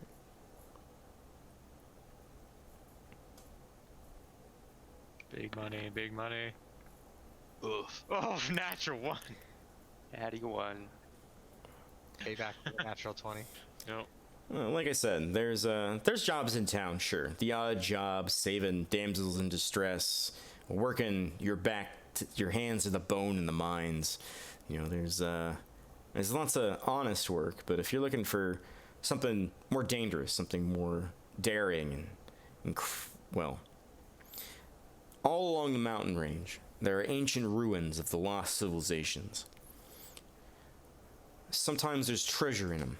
Gold, wares, what have you. But inside the ruins lurk dangers the likes you've never seen. Might be something to keep in mind in your travels up here. Bale shakes his head hurriedly. That is a bad idea. I look. Wilder kind of mimics Bale's response as well. You're absolutely correct. It is a terrible idea. And my honest advice to you, my friends, because I like you. You spend money in my bar. I appreciate that. And Story over here played wonderful tunes for us this afternoon. I like you folks.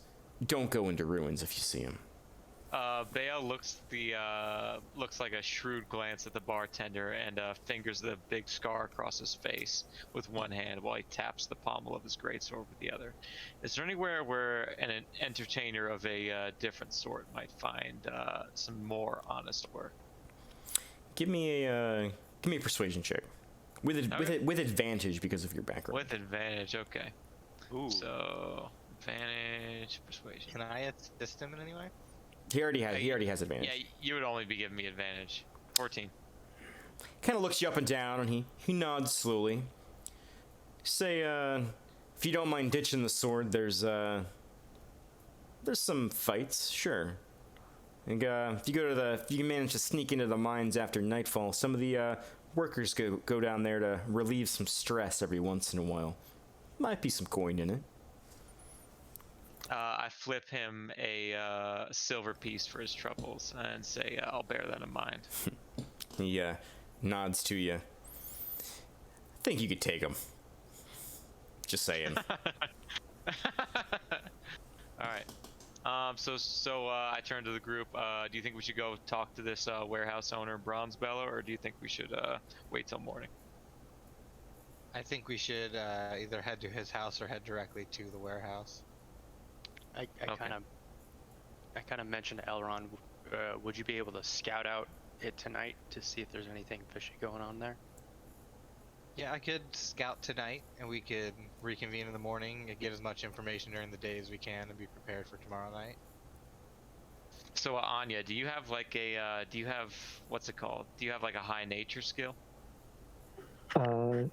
She doesn't have a high int, but she does have proficiency with the skill. Okay. Okay, that'll probably come in useful if we look check it. All right. I say we go to the warehouse and check it out, knock on the door, see what's going on. Yeah, I think that's a good idea. All right, so you all are headed toward the warehouse? Yep. Yep. Is everyone coming? Yes. Wilder's going. Yeah. All right. Yeah, I guess everyone's going this time.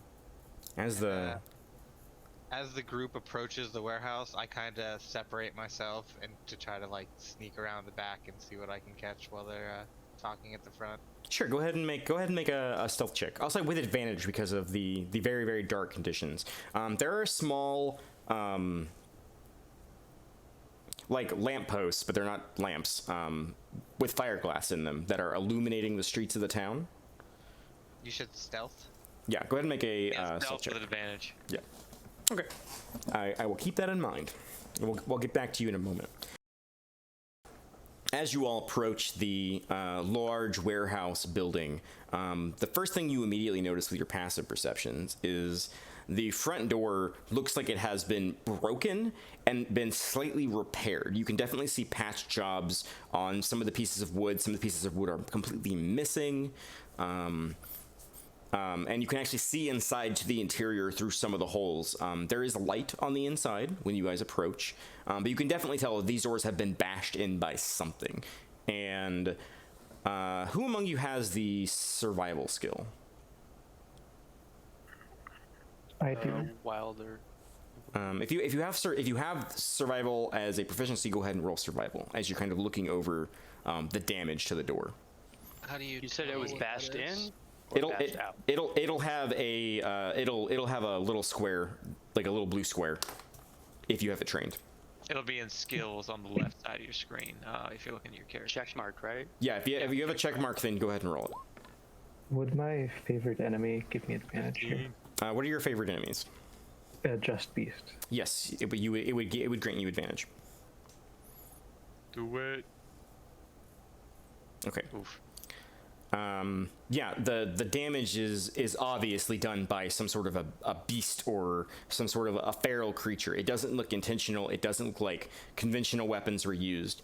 Austin, with your 15, you see bits of frost that have accumulated where some of the damage to the hinges were. You can actually see like bits of ice that are kind of frozen and curling around the side.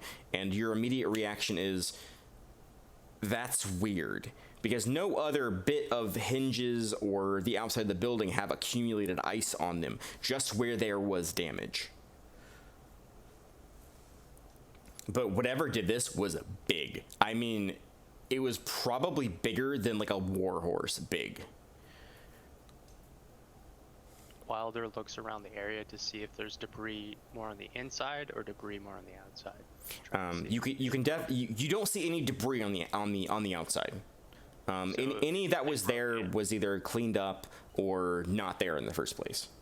Okay, so they broke from the outside going in, not the inside going out. As far as you can tell. Okay. But you do see light on the inside. Oh, it's lit on the inside. Yeah, through the cracks and the breaks in the door, and as well as one of the windows that are high up on the second story, you can see flickering light inside. Can I do a check around the perimeter Is that something I can do?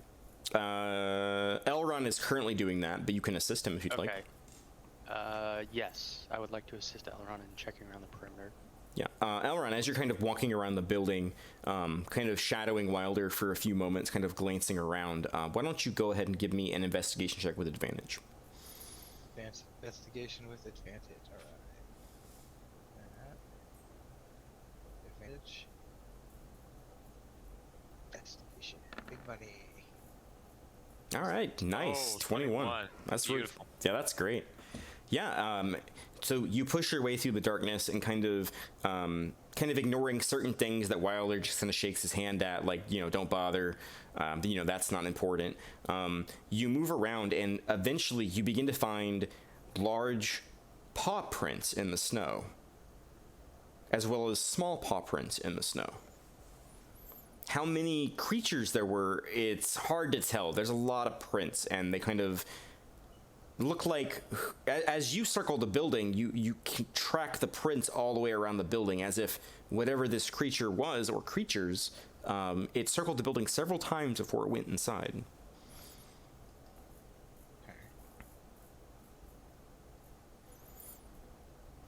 Also, Wilder noticed this too, or is that just Elron? You notice the prints, but he notices that they're circling around the entire building.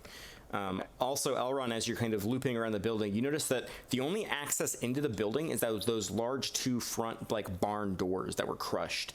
Walking around the perimeter and like scouting up and looking for possible entry points. There are several windows up that are up high, but they're like warehouse windows.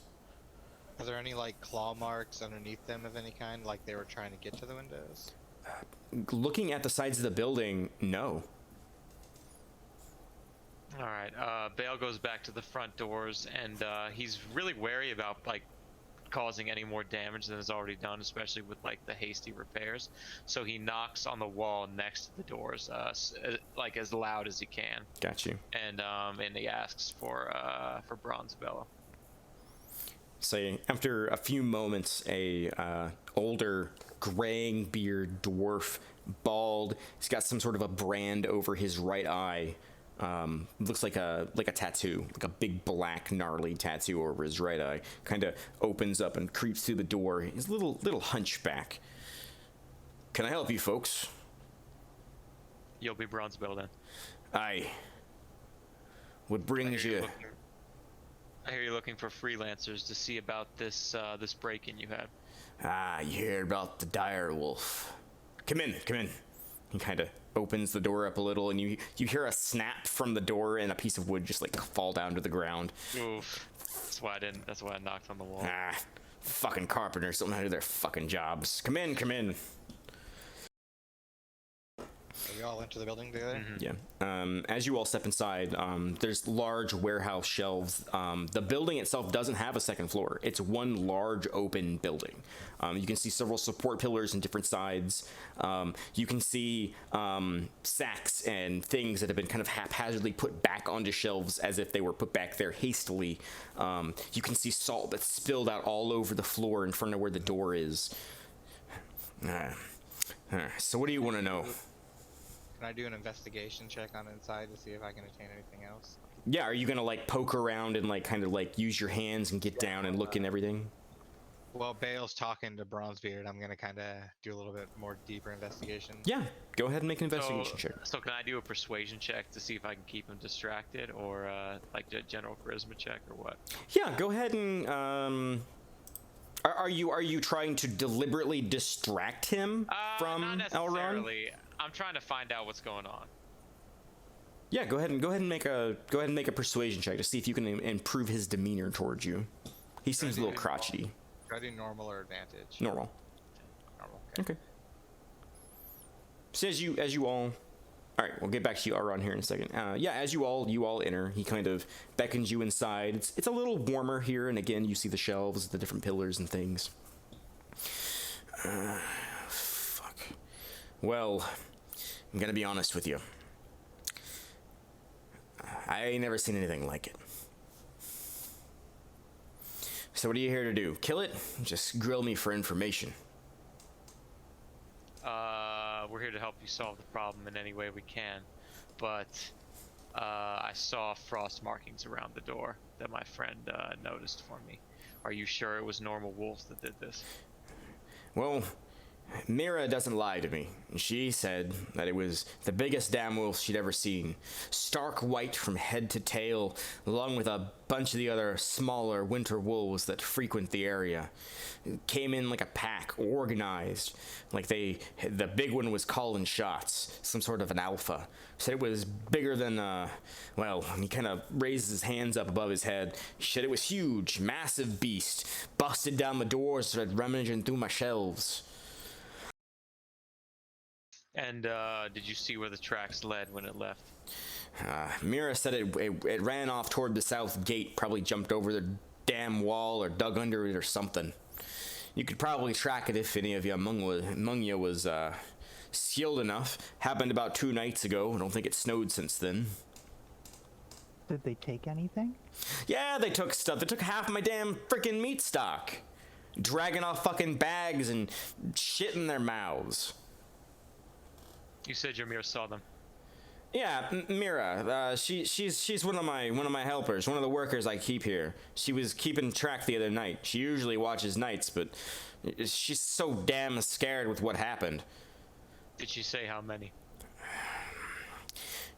She was vague, to be fair. She was scared, poor girl. She said one massive one, and maybe, judging from what she was saying, maybe 5 or 6 smaller ones.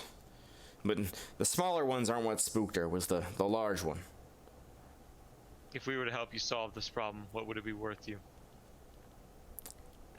Now I want you to make a persuasion check. Alrighty. Let's go. Let's go. He thinks for a moment, kind of pondering. I'll give you 5 gold ahead. Bring me back a set of ears from each one. I give you 20 gold for the big one's ears. If you can recover any of my stock, I'll pay you extra. Doubt it's gonna be there though. Probably ate it all.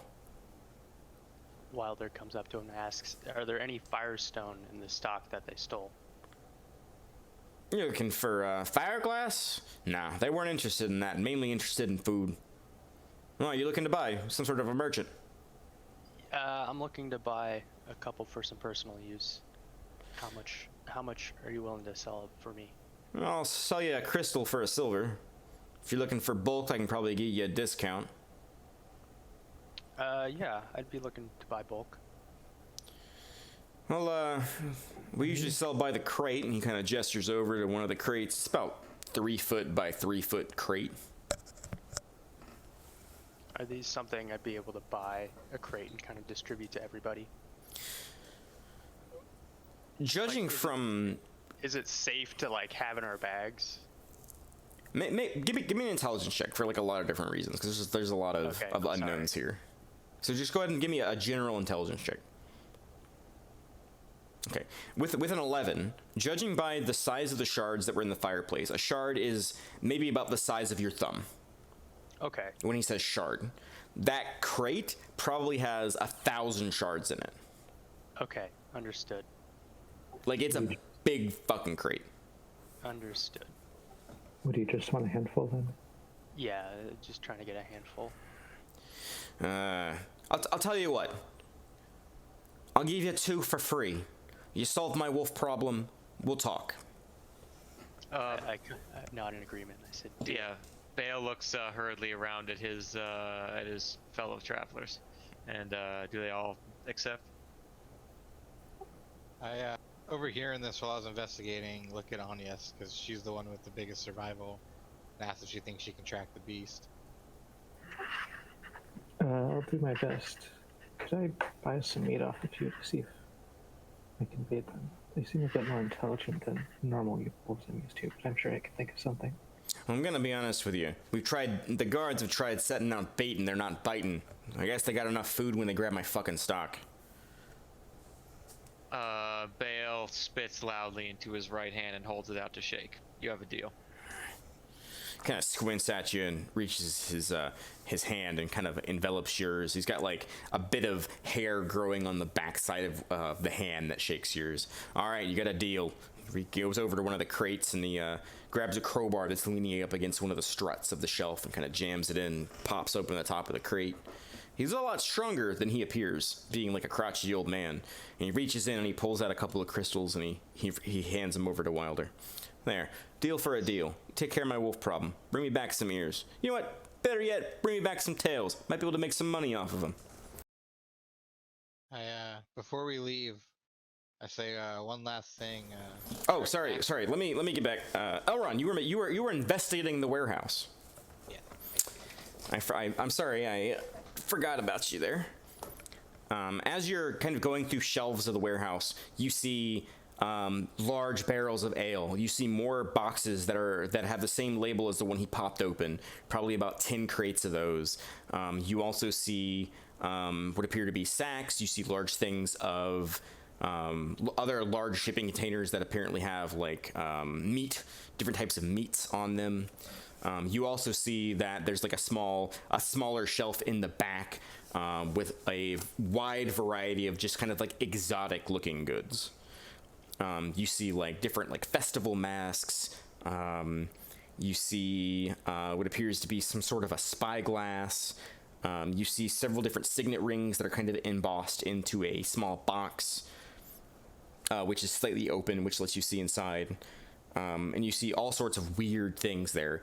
Also, there's a small pouch that's sitting on the side of that kind of smaller array that has this kind of wafting aroma to it. Like you get close and you can almost smell like this strong sage smell coming from the bag. Do I see anywhere that would be suitable for somebody to hide and witness a wolf attack and not get attacked themselves? Kind of looking around the shelves, there's some smaller aisles between, like some smaller areas between the boxes, and kind of like reconstructing what happened. Like if you were working here, okay, you would have like, you see like a crate that's next to a shelf, and you're like, okay, I would have hopped on that crate and got up higher so they wouldn't have been able to see me. Okay, so she was probably up there looking down at them. Kind of reconstructing what you would do in that situation.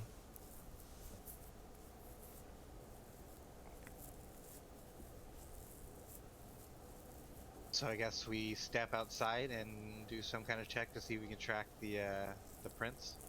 So before we step outside, Weiler wants to ask the shopkeeper question, or the warehouse keeper a question about the tanner.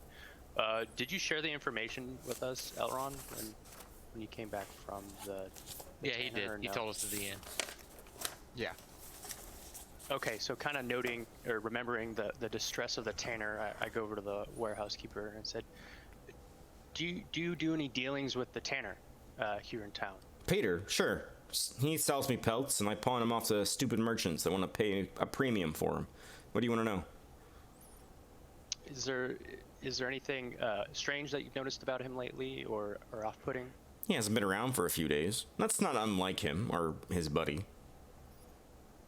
Do you normally, you said you do some trade with him. Do you normally supply him with the pelts, or do you normally sell his goods? Nah, he sells me the pelts, and then I pawn them off to other people. Is it just him you normally deal with, or is there any beneficiaries that you deal with in his place? I mean, I deal with his partner sometimes, sure. He comes by every once in a while. They're all buddies. I think they go back pretty far. Do you happen to know the name of his partner? Oh, Carl. Carl Wellwright. He also is some sort of a fancy map maker, but his maps are kind of rubbish. Do you happen to know the last time you saw Carl? He pauses and thinks for a moment. Can't say that I do. It's been a while. Maybe I should pop by and say hi to him. Do you know where Carl lives? Yeah, he lives just across from the tannery. Small little shack over there. I nod and say, "Thank you very kindly for the fire crystals, and we'll get the wolves to you as soon as we can." He might not be home though. He likes to go fishing sometimes. Could be out for a couple days at a time.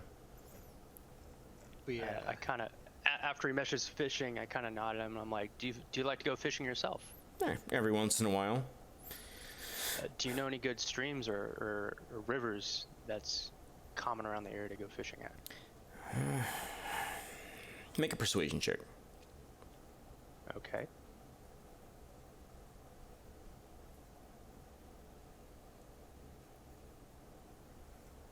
With a 12.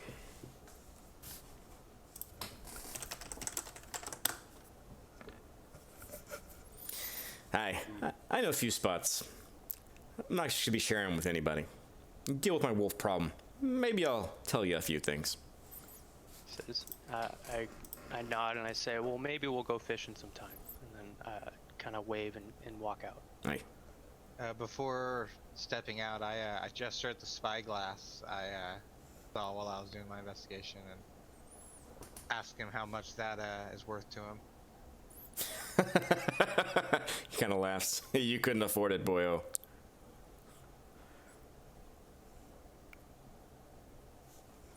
Then I leave with Wilder and the rest.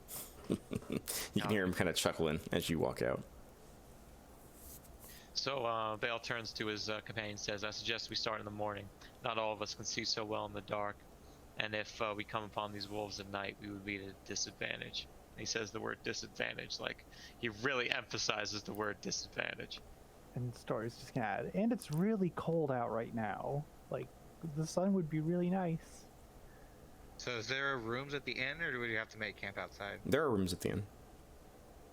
So would we just return to the inn and call it a night? Yeah. Yeah, I'm Yeah, okay with man. that. As we're walking back to the inn, I kind of share some of the information I learned about Carl as the others kind of left the room before I got to talk to him. Then we resume the next morning. So for anyone, we gotta negotiate rooms first, right? for anyone who's staying at the inn, because we're gonna fast track this so we can move to the next day. If you are going to share a room with one of your companions, it is 1 gold piece for the room for the night. Well, I think me and Bale would probably just get the same room. We've been traveling together. Yeah, that's cool. I'm assuming since we've been Wilder Story and Agnes been here for 2 days already, have we been sharing a room? Do you, or have we just kind of been doing separate? How many beds are in the room? I would imagine that the girls are sharing a room. Okay. Yeah, that's like, how many beds are in the room? There are two beds in a room. All right. Yeah, Cool. then Agnes and I can share a bed or a room. I kind of look over at our half friend and say, "Do you want to bunk with me?"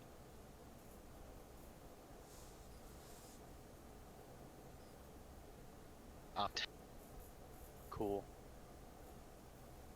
Sleepover. And so you can all make up 5 silver pieces, and we'll fast forward to the morning as the sun creeps over the mountain, and the very, very fine blanket of snow that seeped and spilt overnight from the clouds. You all waken fresh and quite warm in this establishment, but you all wake up, have a decent yet cheap breakfast, which is included with your room, and are ready to take on your day. All right. Let's see about tracking these wolves. Did he happen to mention which way they came, or no? He just said if any of us were proficient in tracking, we should be able to pick something up. Okay. So we should return to the warehouse and investigate the tracks on the outside and try to see from which direction they came at the warehouse from. Yeah, because I don't think they would have known since it was the breaking down the door that alerted them. Yeah. I'm assuming there's some trackers or like hunters or in town. I asked them, does anybody want to go with me to see if they have any idea where these wolf dens or these dire wolf dens might be? I intercede quickly. That will cost coin, and we have a ranger right here, and he gestures at Anya. Well, I'm not from here, so I wouldn't be familiar with. Well, You are familiar with wolves, as a note. Yeah. And the local hunters have had no success tracking these beasts down, from what I heard. Well, we can't even look for the cartographer for maps of the area and stuff because he's the one that's missing too. I say we So- trust Anya. I nod and I said, okay, we'll go with where Anya can track the beasts. All right, so we're starting at the warehouse. the six of you make your way back to the warehouse. And quickly you see some of the paw prints that you saw the night before. The fresh blanket of snow obscures them somewhat, but you could pick them out from the small divots that they've made.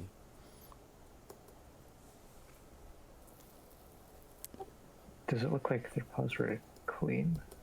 Like, did they track anything other than the prints themselves?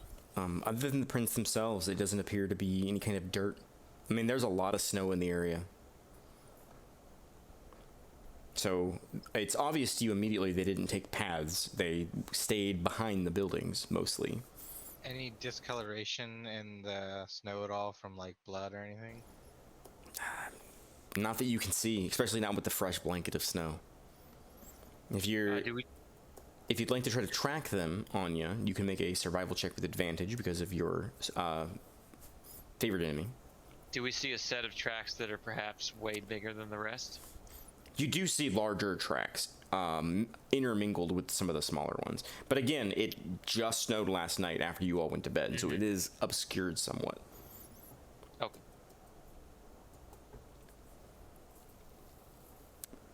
All right. Terrible. You follow the prints to the southern gate, where you find a bit of the wood had been rotted and fallen away, where some of the smaller wolves must have used to get through the gate. However, the larger wolf, you see large imprints as where it had leaped over the 10-foot high wall leading outward.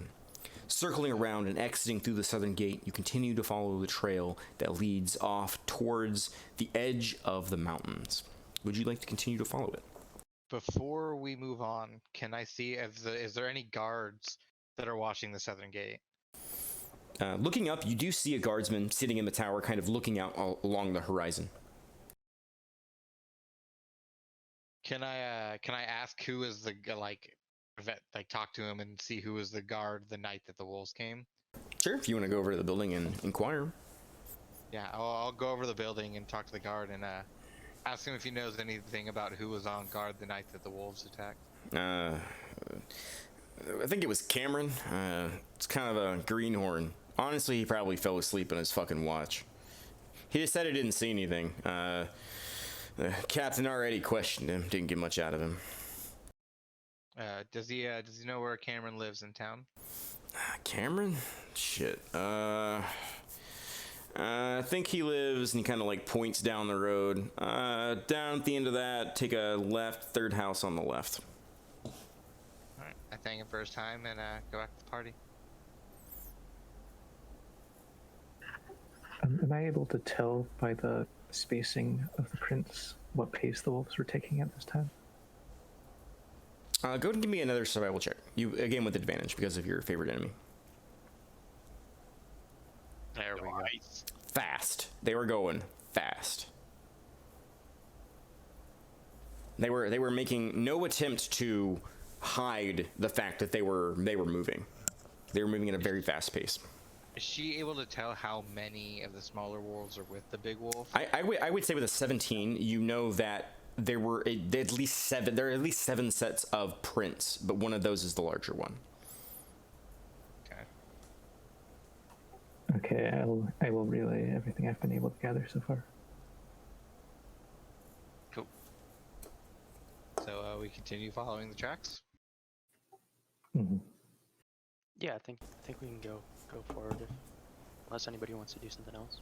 Sure, Anya, go ahead and give me 2 more survival checks to see if you can maintain the trail as you head further and further off the road into the deep, thick snow. With advantage? With advantage, because of favorite enemy. Hell yeah. Oh, yeah. Yeah. All right. Did it.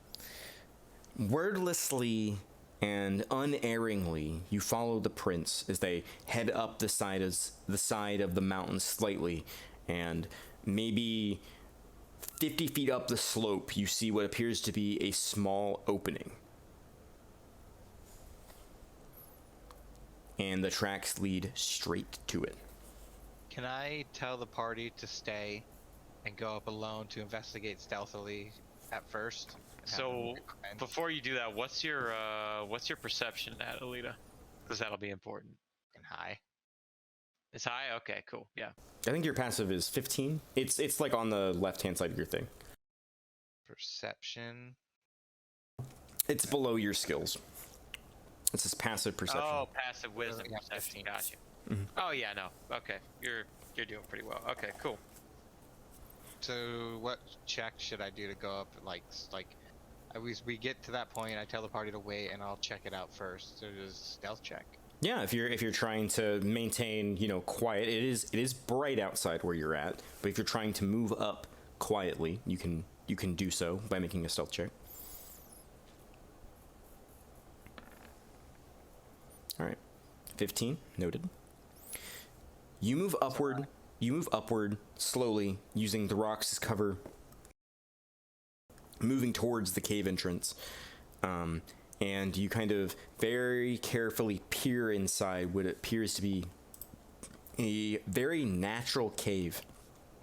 There's a small blanket of snow along the bluish colored stones that are along the floor, and as you glance, you can see that the cave splits immediately. Also, because of your passive perception is so high, you hear what sounds like running water inside the cave. Okay. So you can see it like goes forward and then like also splits off to the left.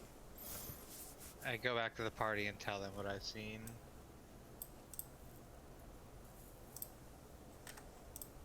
Well, it sounds like we need to move up, and maybe Agnes can determine which path we need to take inside the cave. Mm-hmm. I agree. So everyone is headed into the cave. Yeah. We all move That's up into the cave. Okay, let's go ahead and just move this. Oh shit.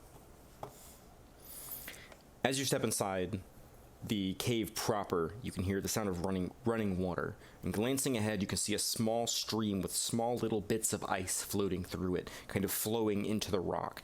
The little bits of ice kind of move and shift and kind of break apart as they get further down the stream that disappears into the rock face. Can I use my tinderbox on one of my candles and light that so we have light? I advise against it if we want to be stealthy. Okay. You as an I have very good night vision. Yeah, you as an elf can see in here. It is dark, so you are at disadvantage, but you can see. And the mouth of the cave entrance is illuminating a little bit of low light, so you can see inside the cave fairly well, at least in the entryway. Does anybody else have night vision at night, or is it just? I also have dark Yeah, it's a vision. tiefling mech. Yep. I have it too. Humans do not. As we enter the this cave, can I make a check to see if there's any like debris, like bones or like material of canvas or any kind of just debris that might have been left by other adventurers or creatures?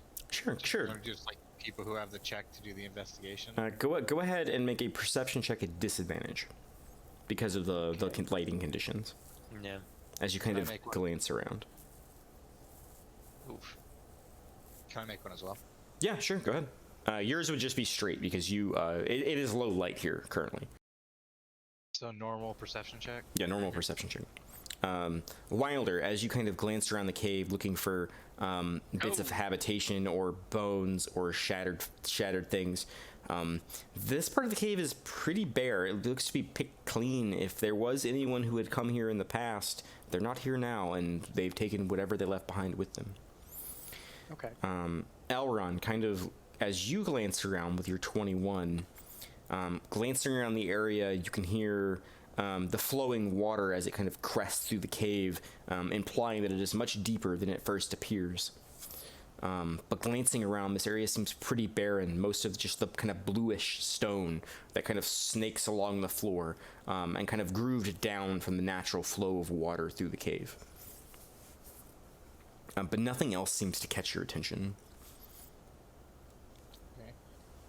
Does Agnes want to do another survival and see if she can see any trace of the wolves? I say carrying over, because she rolled so well with her previous two rolls, Anya's, as you kind of look around and see, like, you can see the bits of snow that were picked up by the paws of the wolves that has melted into small puddles that head into where the water is coming from.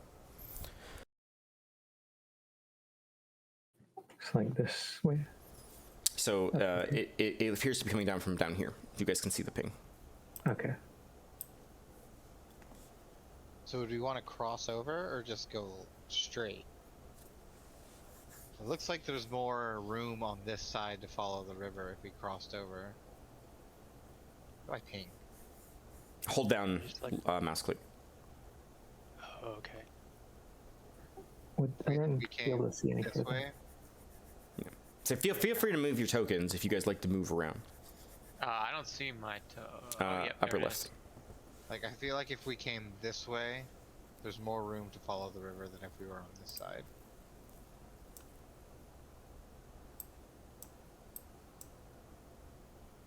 Zell recommends that Elrond take the lead because his perception, his passive perception, is so high. But Yes, nice. you can tell he's definitely worried about his friend, and he tightens his grip on his greatsword. Yeah, as you step towards this source, which the source is kind of pooling down and disappearing into the rocks below, you do notice that it continues on for a way away, as you can see the water kind of cresting and turning around the corner. It's only maybe 3 or 4 inches deep. You So said the we water's slowly, flowing to that direction or away from that direction? The water is flowing this way. Okay, understood. So can we slowly follow along the river? You can absolutely do that. Is this path or is this wall? That is a wall. Okay. So we are getting our feet wet here. Yeah. Can I do like a, I don't know, like in perception or intelligence or something to just kind of gauge the current?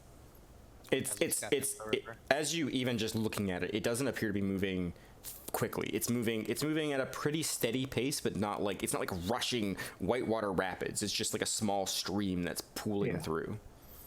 And it's ankle deep, knee deep. It's about ankle deep. Okay, so nothing of a current that we're. No, we it's swept away in. crystal clear. You can absolutely, like, you can judge like how deep it is. It's not like murky at all. It's just, you can just see like small bits of ice kind of floating on the top, kind of lazily moving down. As we move up, can my I reach down, kind of cut my hand and take a drink of the refreshing spring waters. Yeah, it's clean. It's clear. It's very, very, very cold, but it's clean, fresh water. I take the time to fill up both my water flasks, take a drink myself, and have a look of kind of home, being back by the water. Yeah, but as you push through, having Austin at your lead, it turns and continues to bend and wind. I will suggest to the party to not lift their feet out of the water when they step to make less noise. Yeah, if you guys are moving quietly, I do need to know. So. Yeah, we're trying to move. Oh yeah, I would say we're trying to move quietly. Okay, So group stealth check. Yeah, I need a stealth check from everybody. Stealth check from everybody. Oh shit. Just normal or disadvantage? Just normal. You are kind of using the darkness to mask you. So that is a That's 1. 21, 4, 17, 20, 10, 18, 6. I have made a note. Well, We can melee clash. Immediately know Bale and Austin. they kind of hear Wilder clanking around. well, I'm bringing up We the rear. Fucked ourselves. Well, you guys feel like you're being pretty quiet. I mean, the only thing you can really hear is the sloshing of your feet and kind of the moving of the water. But you feel pretty confident in the fact that you're being quiet. I mean, for as quiet as this group can possibly be. Yeah, Story, Elrond, and Anya rolled really high. That might have saved us. Yeah, Wilder didn't Story do is bad probably either. obscured behind the huge guys. But yeah, you guys feel fairly confident. Let me go ahead and reveal some more. As you kind of turn and round the corner, again, you kind of see a break where 2 different streams are kind of merging into this small one. And kind of push forward. Austin, you have dark vision, correct? Yeah. You can actually see. Austin, what's your passive perception? there. It'll be right below your skills. Now, being this far into the cave, it is completely pitch black. So if you have dark vision, you can see, but it is like varying shades of gray and kind of like that weird wobble you get when you're in like complete darkness. But you can see. So me and Austin should kind of work our way more towards the front of the group because we would have the best vision right now. Yeah, I say it looked like you guys were kind of taking the lead, and the humans are kind of in the back, like feeling along the walls. Do Dragonborns get dark vision? Nope. Yeah, you are also like having to have one hand on a wall, kind of like moving forward in this pitch black darkness where all you can hear is like running water. Just kind of trusting that your friend up ahead of you is not leading you astray. But yeah, the path kind of splits into. Wilder. Yeah, I'm kind of groping about as the cave gets darker and deeper, and kind of trying to listen amongst the rushing, or not the rushing, but the babbling brook. We're trying to stealthily tread in through. Yeah, so do we just continue, or at the fork do we need to do like a survival or perception or some kind of check? See, it's exactly what you see. It's just the two streams are kind of merging together. Towards the one to the south, you see that there's a small landing that is slightly elevated above the water. Since the one has the closest time to get out of the water, I say we go right at the fork and head towards the land and get our feet out of the water for now. You see a small landing that just barely cups over the edge of the ankle-deep water and allows you to step out for a brief moment. There's shattered bits of broken stone here, kind of mingling throughout this flat, smooth surface that has had water run over it and kind of wear it down over time. At this point, can I light a candle and then use the light from that to do like survival or perception or try to gain surroundings? Well, remember, you have dark vision, so you don't need that. That would be for the rest of us, pretty much. With dark vision, you are perceiving at disadvantage, which means your passive is reduced by 5 as a note in total darkness. And I don't really have survival, so if I lit a candle, it would allow Anyas to do something too. Yeah, you can light a candle should you so wish. I can also assist you with my knowledge and have you be my eyes. Would that just make me a normal roll at that point then? Yeah. Let's do Well, that first then. I So have points in survival too. can more than one person help me? Okay, well, what are you looking for? Is any sign of the wolves?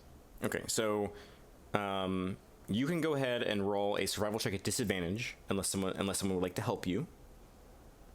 I would. Okay, go ahead and roll a survival check normal. Austin, if you'd also like to make a survival check, you can do so with disadvantage as well, unless someone would like to assist you. Survival normal? 9. Rip.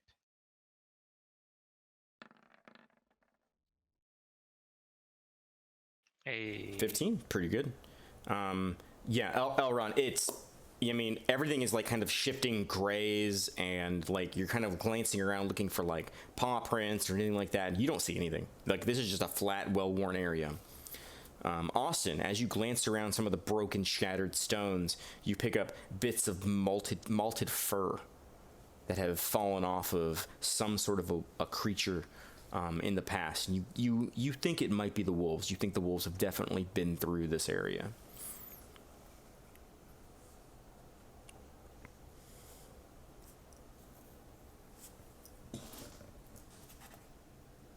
You share that with the rest of us? Yeah, I'll tell everybody what I see. So I say it looks like we're on the right track here. As they're all kind of peering out, like I see, as Wilder sees them kind of shifting in the darkness, I'm kind of like got my hand to a wall, kind of like cursing softly, like God damn, can't see anything in this blasted darkness.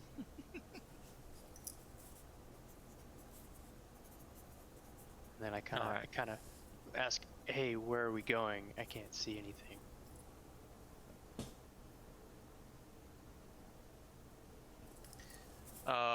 Bale looks around. He can't see shit, and he says super quietly, stealth may be of advantage here, but without the ability to see, we would be a severe disadvantage in combat. I can light a torch, and we will not be able to move nearly as stealthily, but we'll also be able to see our enemy and fight them fairly. What do you guys think? Wilder speaks up and he says, "Yeah, I can't stand any more of this dreaded. I can't stand any of this like blasted darkness."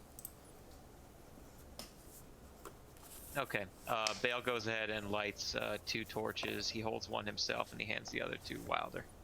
Wilder picks up the torch in one hand and kind of sighs with relief now that he can see what the hell's going on. Yeah, now that you have the torches illuminated and kind of burning their crackling flame throughout the area, you also begin to notice the small bits of wolf fur that are kind of matted about this area. Very fine, small, thin strands of fur. I poke it with the torch. Burns. All right, so I say let's keep pressing forward. All right. I look up after me poking it with the fur with the torch, and I say, "If it burns, we can kill it." You're pushing forward in your ankle-deep water, now with a torch to illuminate the path. It's much easier to see. The water does get a little deeper in some places, but never enough that it becomes much of a problem. Your feet are well insulated with the winter clothing that you all bought, but it is still a biting cold that's beginning to dig into your ankles. Question: since Trenton's an ice dragon, does that mean he breathes ice breath instead of fire breath? Yeah. Yeah, I have frost breath. Yep. Okay, nice. It's like the cold doesn't bother me at all. I'm just totally. Yeah, he's fine. You're absolutely fine. Like this frigid, icy water does not bother you at all. The cold never bothered you, anyways. Yeah. Yep. Yeah, Exactly. I don't need cold weather clothes. I don't need any of that shit. I'm just good to go. I'm a silver dragon. Dragonborn. Dragon, yeah. Solid reference there. But yeah, you all continue to push forward.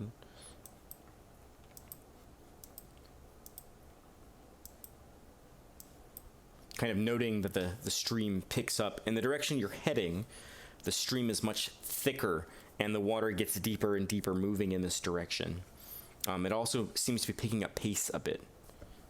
Before we go on this path, Say where? should we do a survival check?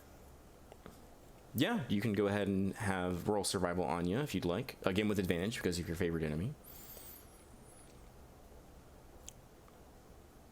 Heyo. Nice. The deeper path, kind of knowing wolves' physiology and knowing that, like, even though they'd be able to deal with the frigid water, I mean, a furred creature completely submerging itself in the water does not seem like something a wolf would do. So that immediately triggers your sensation of that's not the right way. Okay, we should go down this path. Yeah, the shallower path. Up ahead, you notice there's a faint bit of light from the path ahead of you in this direction.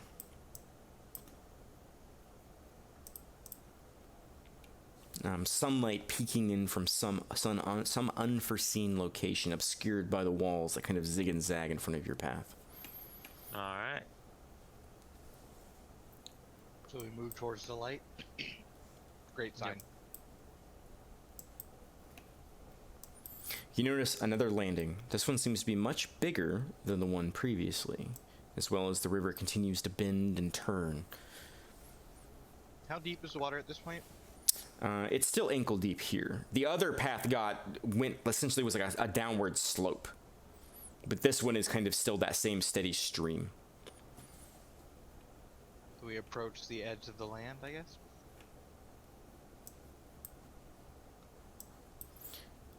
You find yourself in a cavernous area, noticing that there is a small outcropping to the south of you. Also noticing that there is a small bend and what appears to be a naturally formed almost staircase in the stone leading up to your to the northwest. No, we still have the torches. Do we see anything anything of note in this room? Especially like, I don't know, right there. Right here. There is a crack in the ceiling, and then like a sunbeam is pouring in light from the outside. Okay.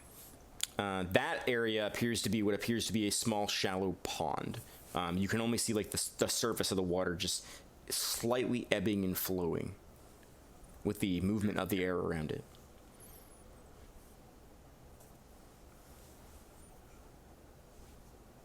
Does someone want to investigate the pond, perhaps? Someone with high intelligence? Wilder?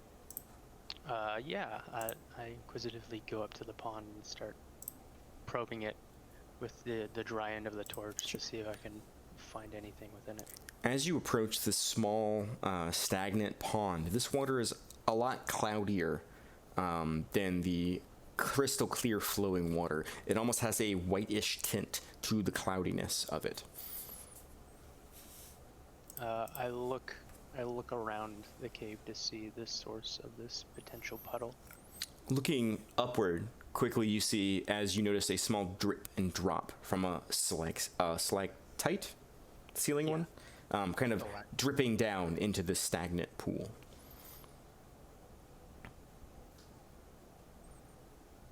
I kind of point up and I'm like, it's pretty tight.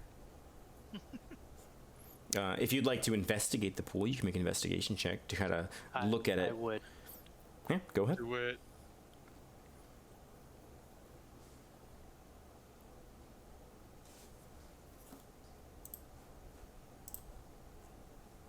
Hey-oh. It's pretty good. As you are glancing down at the water, kind of causing ripples in it with the butt of your torch, the water kind of recedes its cloudiness a bit when you tap it a few times, and you notice at the bottom something shining at the bottom, maybe 2 feet down in the pool. Would you say it's within arm's reach? If you pulled your sleeve up and shoved your hand in there, you could probably get at it. I go to grab the shiny thing. Sure. You Gleefully. You roll up your sleeve and jam your hand in the frigid, ice-cold water, completely unabated by what's around you. Go ahead and give me a Constitution saving throw with advantage.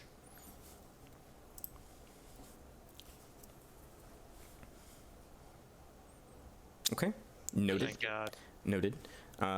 Your hands, you grasp your hand around something round-ish in shape, like a stone of some kind, and pulling it above the water, you pull out this kind of opaque, dark gray stone that shines slightly. It's got small little red flecks in it. I hold it up to the light and I kind of bring it towards my breast and say, "My precious." As you kind of hold it up to the light, you notice it's slightly opaque, and the red flecks in it kind of shine as you hold it up. It's maybe about the size of a golf ball. Do I have any knowledge of the minerals of these caves? Is this like a common gemstone I might be aware of? Go ahead and make a history check with advantage. See if you recall some different types of maybe precious stones. Noise. All right. You kind of holding it up to the light and kind of trying to remember and trying to think back. You think this might be a bloodstone, and that could be worth some money. Are bloodstones something like I'm me not knowing? It's a gemstone. It's a precious gemstone. Okay, it's just a Yeah. Okay, cool. It's not magical in any kind. Doesn't appear to be. I feel like geology would be a nature check in the future. I guess that's fair. No, but yeah, he rolled a 12. Yeah. While Wilder was doing that, could I kind of go down to the southern part here and like check that area out? Sure. Go ahead and give me an athletics check to try to like climb up, because it's about like a 10-foot up. It's like about 10 feet up, and then it kind of plateaus again. Would I just put a bloodstone in my inventory? Yeah. Go ahead and rate. Go ahead and rate bloodstone. Yeah, with a 13, it takes you a minute or two, but you manage to find some solid handholds and manage to pull yourself over the threshold into another cavern.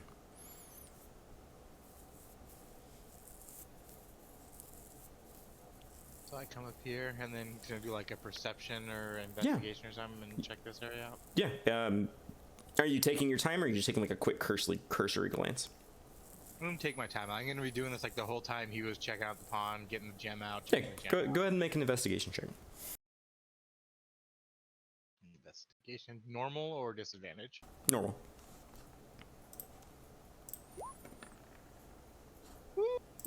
Let's go. It's pretty good. As you kind of poke and move around, you see some rocks that kind of seem a little out of place. You don't see like where they would have fallen from or naturally laid to rest. There's a stack of rocks that are kind of piled up in one of the corners, kind of tucked away. And as you kind of like pull some of them away, you find a small pouch. And as you reach and pick it up, you hear the clinking of coin inside.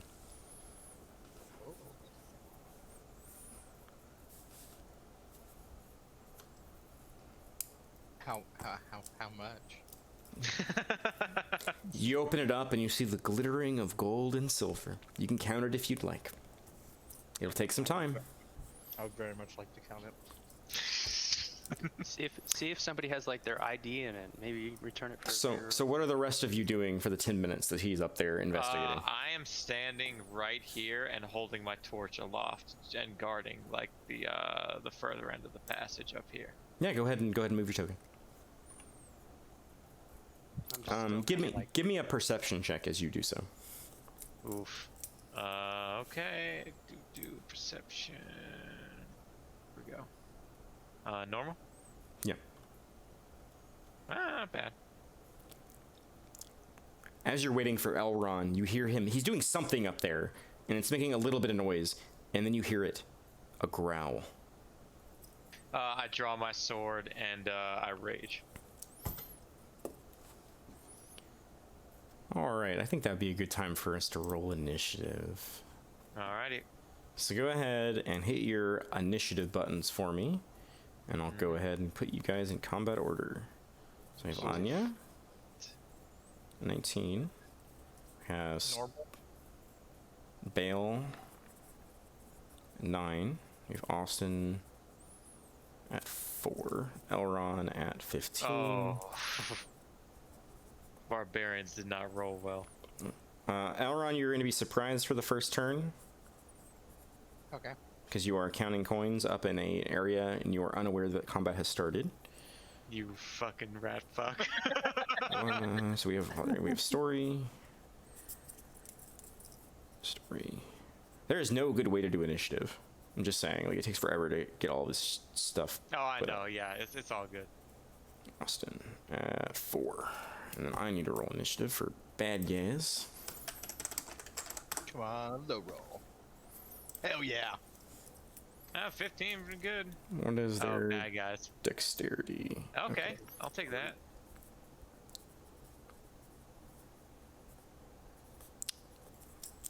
Alright, you hear growls coming from up the tunnel. They appear to be aware of your presence, but have not yet moved out of further up the tunnel. Anya, you have the first action. Since I am up on a different ledge in the back, do they notice me? Right now, in the combat turns, you don't know what's going on. Okay. So we'll get back to you.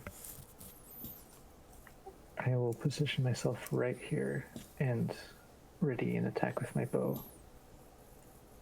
What's your trigger and your rated action? And the enemy appears. Okay.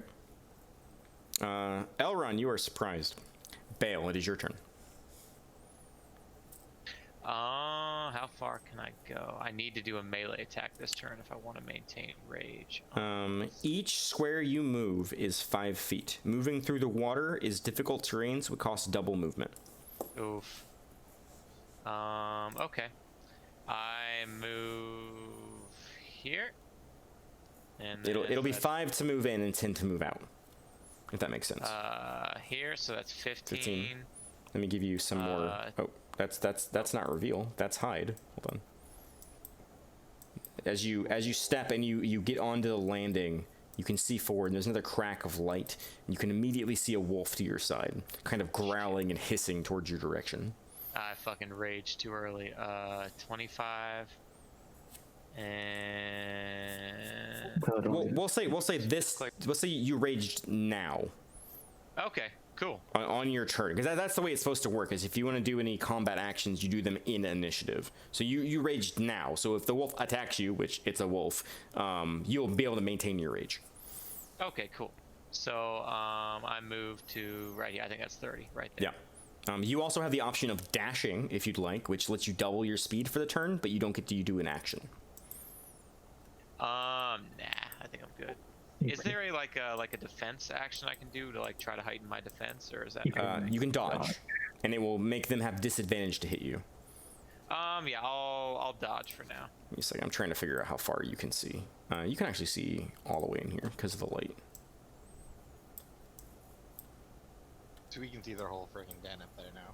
Well, he can. Yeah, well, yeah, he can. Yeah. I yell behind me, guys, I might need some support up here.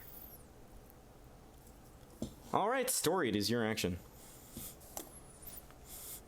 Okay. You hear it now. You hear the growling coming from down the hall. I'm just gonna shout back, "I'm not much help," and I'm gonna stay exactly where I am.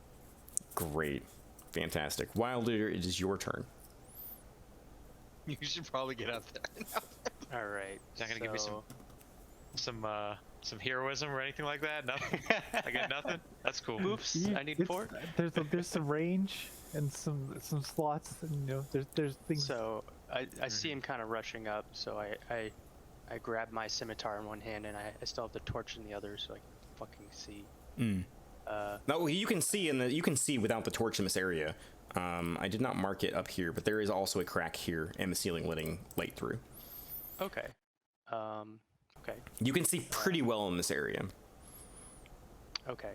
And then you said I have movement action, so Yeah. So for anybody, when it comes to your turn, you have 3 things you can do in your turn. You can move, you can take an action, and you can use a bonus action. And abilities will specifically tell you if they are a bonus action. okay. So I want to be able to move. So how many? You said Each square is 5 feet, and you can move up to your speed with your normal movement. Moving into the water costs 5 points of movement. Moving out of the water costs 10. Okay. So I have 30 speed, so we'll go 5. Another. So you said moving into. That'll be 5, so that's 10. 5, 10. and then that'll be So 20 20 when you Yep. total. So you have 10 more feet of movement left. So you can stand right next to him. 25. Okay. Yep, 30. Beautiful. Cool. So I'm right next to him. I got a torch and I got my scimitar. Yep. Well, you could probably have your shield and your scimitar now since you can see. I don't have a shield. No, you didn't start with the shield. No. Okay. And you still have your action, so you can choose to move again for your action. You can use the range attack if you have any ranged weapons, like if you want to chuck your torch at it for some reason, you're allowed to do that. You can also take the dodge action, which makes them all have disadvantage to try to attack you. Okay. So if I were to take a ranged attack, would that be another action for me to? That would- take that- out my crossbow. No, you draw weapons for free. Okay, so I can freely attack him with my crossbow and then attack him with my sword. Well, making an attack is your action. So if you would like, I mean next turn. Yes, yes, after. yes. Okay. Okay. you'd have to Well- drop your torch, but you can stow your scimitar and pull your crossbow for free. You kind of do that as you're moving. Okay, so if I want to shoot my crossbow, I have to use both my hands. Yeah. So you have to drop your torch. It would still be lit, Okay. but you don't drop your torch. Yeah, I'll drop my torch and I will make a. I have a light crossbow. We'll see Yeah, your I have a light torches. crossbow. here. All right, I will fire my light crossbow at the nearest wolf. Sure, go ahead. Make your attack roll. Get it. Get it. First attack roll of the campaign, an 8. Oh. So you, as you rush up next to Bale, you swing your crossbow from around your back, and you aim and level it and fire. And as you fire, you take one extra step you shouldn't have, and the numbness from walking through the frigid puddles causes you to misstep, and your crossbow bolt goes wide, and the bolt shatters against the stone behind the wolf. He'd also dunked his hand in freezing water. Yeah. We'll say that. Like the shakiness of your hand causes you to misfire, and it strikes the stones. And then making sure I'm doing this right, I just deduct my crossbow bolts by 1. Yeah. All right, cool. Yep, that's my turn. Hell yeah. Kinda, oh boy. All right, Austin, it is your turn. So I'm kind of in a shitty spot. I would move up behind us. I wouldn't necessarily rage yet because they won't be able to get past me in Wilder without getting opportunity attacks from both of us. So I would save your rage until you're about to attack one of them.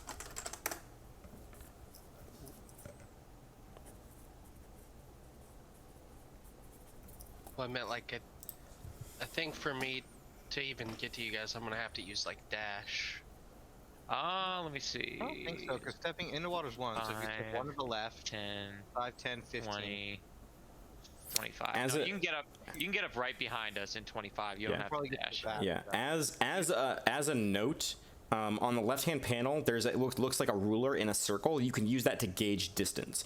You can also left-click your token and then right-click where you start, and then drag your token while holding down left-click, and it will show you how far you're moving.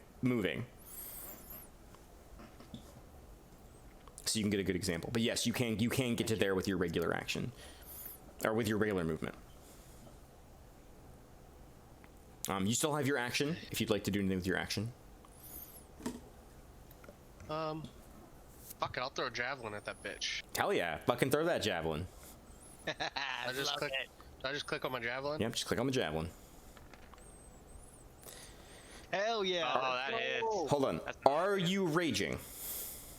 No, I just. no. That'll take that. Hold on. You can maintain the rage because you made an attack.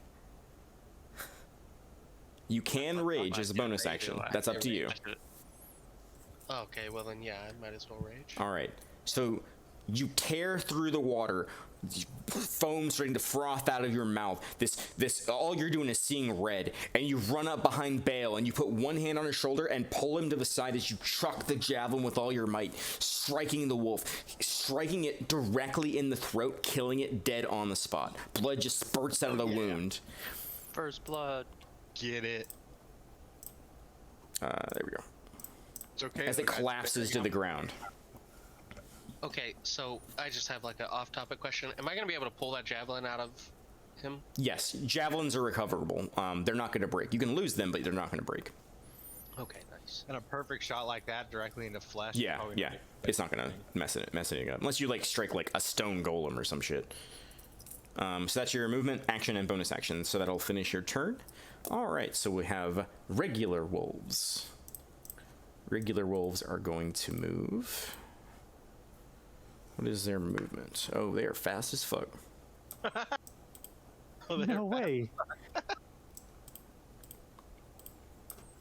This one does not run towards you. Neither does this one, as they run off further into the cave. All right. Nice of them splitting up for us to pick them off. Wilder, you made an attack, correct? You did not dodge? Correct. What is your armor class? 16. So the first wolf makes his attack, and that is definitely going to strike true. As they are using each other to, you can tell the wolves are moving as a unit, kind of fighting in unison. As one goes up and feigns a bite towards you, the other one lunges for you. Go ahead and take 7 points of piercing damage as it kind of vice grips around one of your legs. Oof. Okay, so I take 1, 2, 3, 4, 5, 6, 7. Okay, so it says I'm at 4 health then. All right. Bale, you use the dodge action, correct? Mm-hmm. All right, that will negate their pack tactics, but you do have 2 attacks coming your way. I believe a 20 will hit your armor class, but a 7 will not. Yeah, that's correct. All right. So go ahead and take 8 points of damage, reduced to 4 because you're raging. You don't even feel it as one of them jumps up and clamps onto one of your arms. You don't even feel it. All you see is red right now. But you do take the 4 points. Yep. All right, and that will bring us back to Anya's turn. Can I leap over the stream? You can certainly try. Acrobatics. Go Okay, ahead. I don't think I need to. You don't need to, but you can anyways. Do it for the memes. Yeah, but if she can- falls, you could fuck Or the herself up moon. and waste your turn. Yeah, that's true. It's up Or to you. It could look awesome. Do you Well, do she it? Just Gonna do move it. through and get a powerful shot off. All right, go ahead and make an athletics check if you're gonna do it. Oh Okay. yeah. Okay. Without issue, you I see run you. and bound over the water, landing without even a sound on the other side, bow drawn, ready to go. She is going to fire at the one in front of Wilder. Okay, go ahead and fire your bow. You fire the arrow, and afraid you might hit your friend, you kind of take a riskier shot that misses and disappears further into the cave. Miss. And my turn. All right, that will bring us to Elron. Elron, you are no longer surprised. You can hear the sound of battle coming from the other room. You're gonna want to dash, brother. Yeah, I'm probably gonna dash. Can I do an acrobatics check to jump down this ledge? Yeah, you can absolutely try.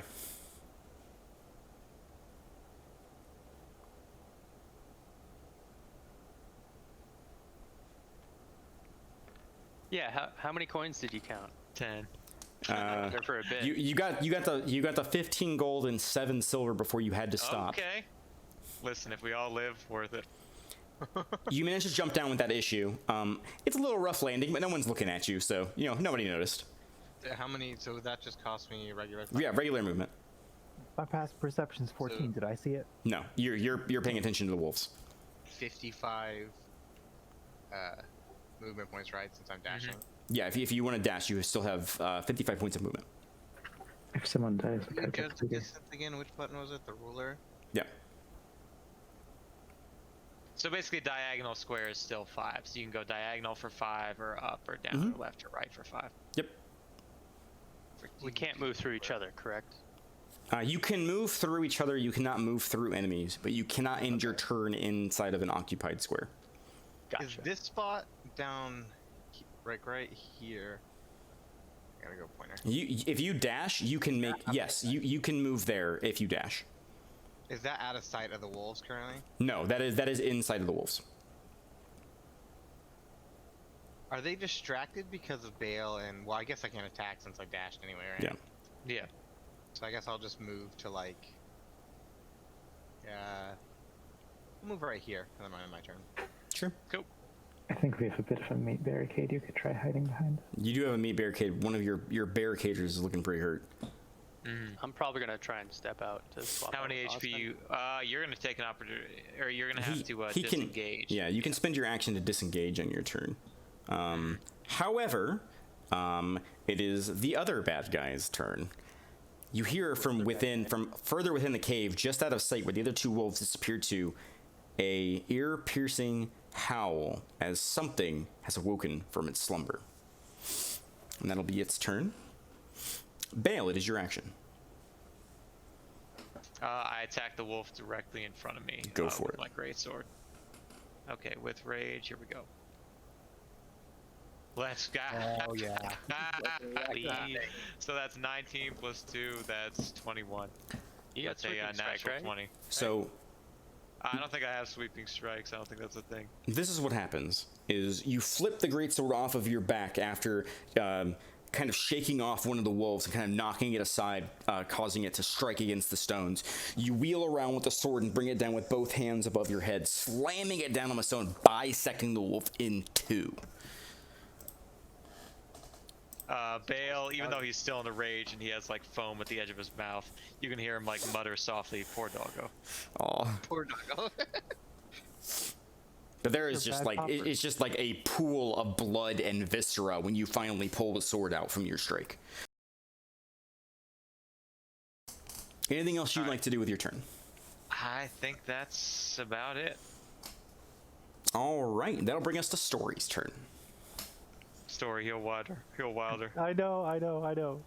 So did I since I'm further back and I don't really have line of sight, I did hear sounds of battle, so I'm going to move up and I'm going to sort of I would like to see. You see much a damage wolf is doing. with his mouth wrapped around Wilder's leg. I'm gonna say that looks like it hurts. I yell And back, it fucking does.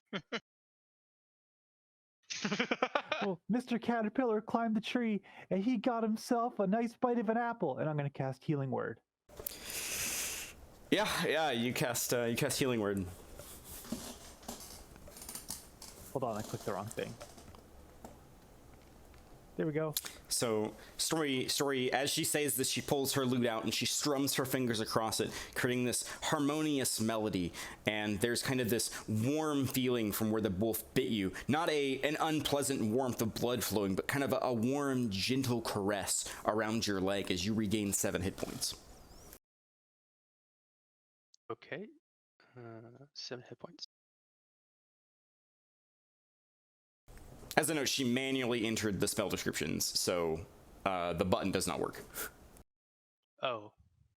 There you go. That's what that spell does. Okay. Sorry. I was just curious. I didn't actually manually enter it. I dragged it from the thing. Yeah, I don't know why it's broken, but that's what that spell does. That is your bonus action. You still have your action, Story. I can't be healed above my maximum hit points. No, you correct? cannot. All right, cool. So 11 was perfect. Good number. And for my bonus action, I'm going to. That is your bonus action. Oh, that that is my bonus action. Still have Yeah, an it's a bonus action. Do I have line of sight on the doggo that is currently biting onto Wilder? Yes. If you don't, I do. There are a lot of people in your way, but you do have line of sight on it. It's up to you. You can do whatever you'd like.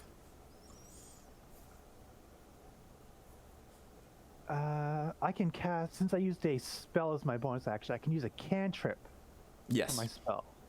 All right, then I'm going to bring out a mage hand. Sure. And with another strum of her lute, you see this ethereal hand kind of appear. Where would you like the hand to appear at? It's going to be floating on the. It's going to be right next to the ground near the drop torch, ready to pick it up when I'm able to. Stand by. Let's go ahead and do this. Wow, that transparency did not appear. Stand by. Standing by. I gotta find a thing for your hand. I don't have a token for that. I didn't look through your spells because I'm bad at this game. I'm bad DM. I'm sorry. Here, have a cat head. There you go. This is your mage hand. Sweet. Appropriate. I will give you a mage hand later, but just let me know where you'd like that move when you can move it. But yeah, a blue spectral hand appears in the air above the torch, and that is your movement, your bonus, and your that action. Is everything. All right, we can go ahead and go to Wilder. It is your action. Okay, so you're saying if I wanted to step away, I'd have to use. So that would be an action to use what? To do So disengage. you can so- take the disengage action, which prevents enemies from retaliating against you when you move out of their range. Now that Okay, you're so healed, that would be you're an action back. itself. But you are at Well- full health.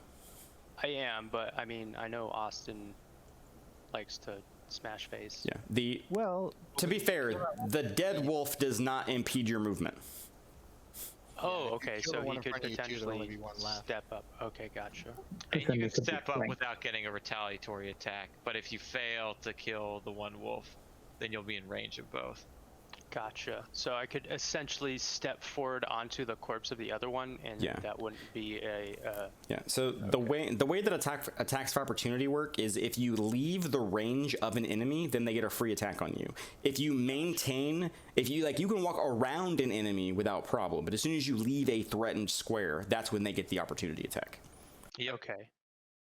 So if Wilder stepped forward onto the dead one and attacked the right wolf, Austin could step forward where Wilder was and attack the one that was in front of Wilder. Correct. Or the Okay, wolf would yeah. return again. I'd be willing to do that.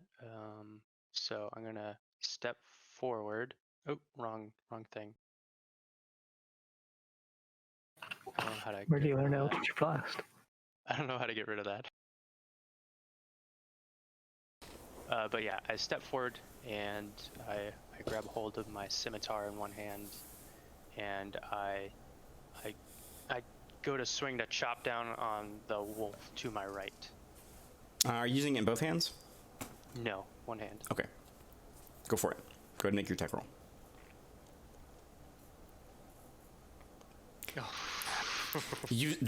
As you kind of circle around, kind of jostling your leg, that wolf's not letting go of your freaking leg, and you're like trying to swing at the other one while that one's got your that one's like clamped around you, like kind of shaking you about, kind of using its momentum to keep you off kilter, and you just don't strike true. I'm not here for combat, guys. I'm just here for shiny rocks. All right. You still have your bonus action, but I don't believe you have anything for that yet, so that'll be it for your turn? I don't think so. Yeah, that'll be my turn. Okay, and it will go ahead and be Austin's turn. Okay, so I'm gonna step up right here, and this one is attached to Wilder's leg right now. Yes, it is attached to Wilder's leg, and you know what? In fact, I will give you advantage on your attack because it is technically like immobilized by literally holding on to him. Avery's I'm going easy helping. on us. Okay, because I'm gonna try to just like completely decapitate the motherfucker. So I want the head. No. to still Don't go be for the No, head. go for it. Don't go for the head. Go for it. Go ahead and roll. Don't go for the head. I'm Don't cutting go it for the clean head. at the neck. It's attached to my leg. Yeah, go ahead and roll with advantage. You gotta believe. I'm like freaking out that this giant What do axe we is got? coming towards 22. me. Let's go. You- Let's go. You rear back and you bring down the axe head, and you don't strike perfectly to bisect the head, but you cause this huge nasty gash in the side of its head, and it lets go of Wilder, but it is pissed. So Fred as best I can. a good clean strike, but it is still up. Yeah, you're welcome, Wilder. Thank you. And that'll complete your turn, I assume? Yep. All right, so it is their turn again. I would say it would attack Wilder again because it held onto his leg for so long, but you did just like slam an axe into it, so pissed it off. it's gonna go for you. However, it does not get pack tactics, so it's just straight attack roll. Ooh, okay.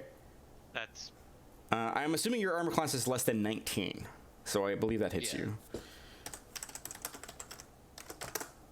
So go ahead and take 7 points of damage, reduced to 3 because you're raging. So take 3 points of damage.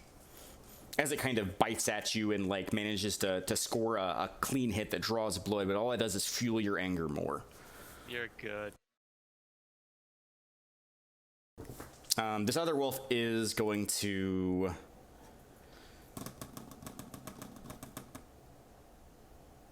probably attack the silver dragonborn because it attacked you last turn. So trying to like make sense in my head. That is a 9 to hit. Nope, armor class 14. Yeah. Again, like it lunges at you and you just pop it in the head with the pommel of your blade, getting ready for your next strike. Completely misses you. All right, that'll bring us back to Anya.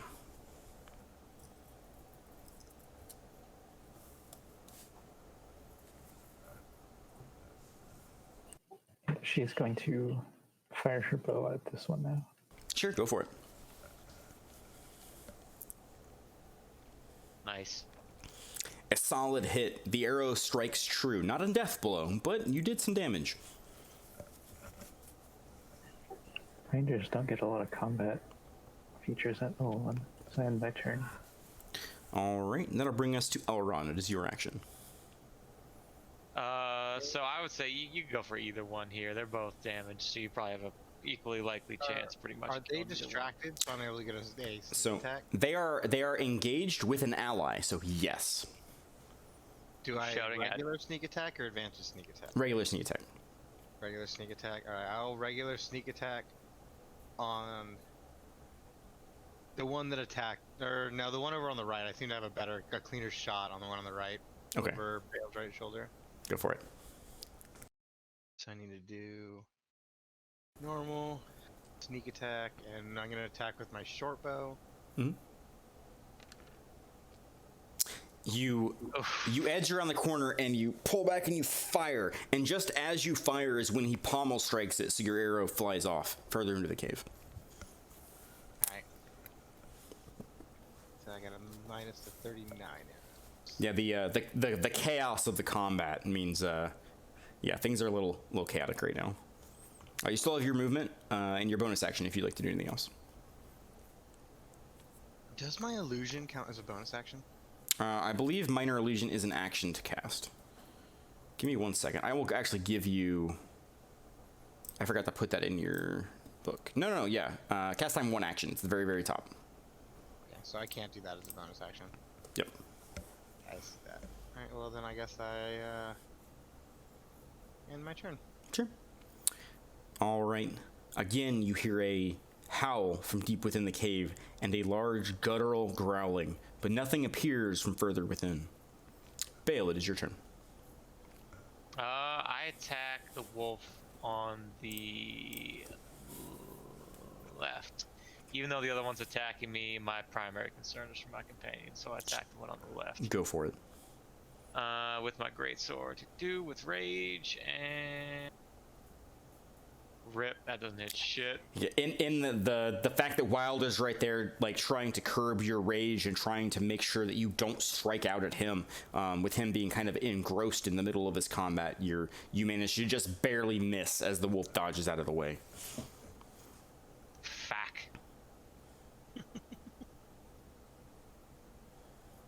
That ends my turn. All right, Story, it is your action. Okay.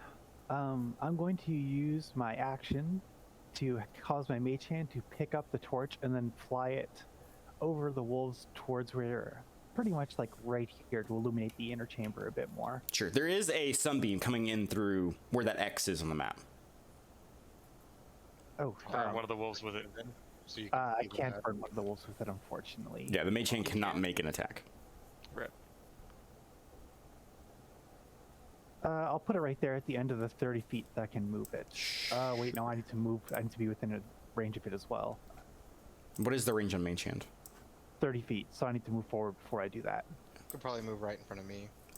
You can move it here. Yeah. I'll yeah. move up before I move mage hand. Sure. And then- Let me get rid of the torch. So mage hand has the torch, which is still crackling and burning. Okay. Yes. Thank goodness. And then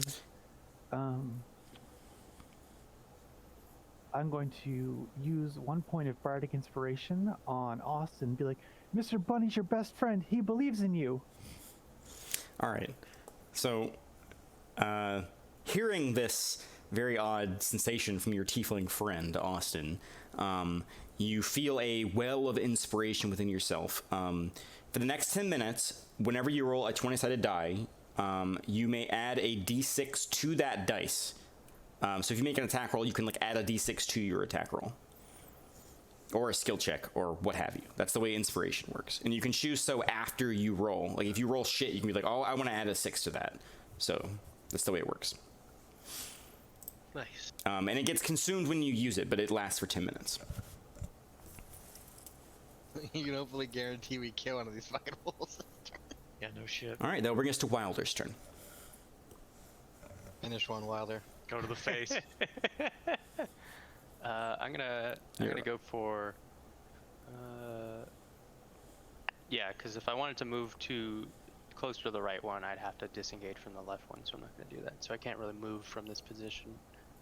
I'm going to attack the one to my right. Sure, go for it. Let's go. Brandishing your scimitar, reeling from the strike, it being stunned by the pommel strike of your friend, you bring the scimitar down in a straight downward thrust with your hand and shove it through the center of the creature, and as you yank it out, you see one last gout of blood as it collapses to the ground. I have a question real fast. Yes. Because my fighting style is dueling. If I'm wielding a melee weapon in one hand and no other weapons, it says I gain a +2 bonus to damage rolls. That is correct. Is that to hit, or is that No, that's to damage? damage. How do Give I me get 1 that second. sort of I will roll? add that here. So if you see underneath your attacks, you see global damage modifier. Stand by. I see attacks. Global damage modifier. Yeah, yes. click the little the unchecked box there. Okay, cool. Yeah, and that'll add your dueling damage. All right, thank you. Yep. Well, but that was enough still to knock it out. Yeah, no, I was just curious because Yep. everything else seemed to be pretty integrated. Yep. There you go. Cool, thank you. Yeah, but with a nice one clean strike, you managed to fell the wolf. I kind of look down at it and go like, yeah, take that. You still have your movement if you'd like to move. You can stay put. I'm gonna move forward, just Yep. kind of cautionarily, and kind of give Balin some space. As you round the corner, looking around, you see the biggest fucking wolf you've seen in your entire life. Towering above you, all of the fur on its back sticking up with drool and saliva solidifying down, and also a strange white mist pooling out of its mouth, kind of pouring onto the ground. Kind of look back in the room and like, guys. All right. I'll end my turn. All right. That will bring us to Austin. It is your action. Kill the one in front of you. Kill it. Yeah, I'm gonna fuck it up. Bring Mr. Bunny's might on tongue. You don't have to spend the bardic inspiration until you can choose. To Yeah, you can spend it after you. roll. Yeah, you can see your roll first. Mm-hmm. Oh wait, shit. You don't know what their armor class is though. I So. accidentally did it with advantage. Well, we take the one on the left, so that's a 21. So That yeah, hits. with a clean blow, as you like pull your axe up from your first strike, you just bring it down again in a practice motion, and head pops right off. Sometimes the executioner needs 2 swings. You also have your movement left. Yeah, I'm gonna get closer. Yeah, as you push What forward, measure again? it is the circle with the little ruler tool in your left toolbar.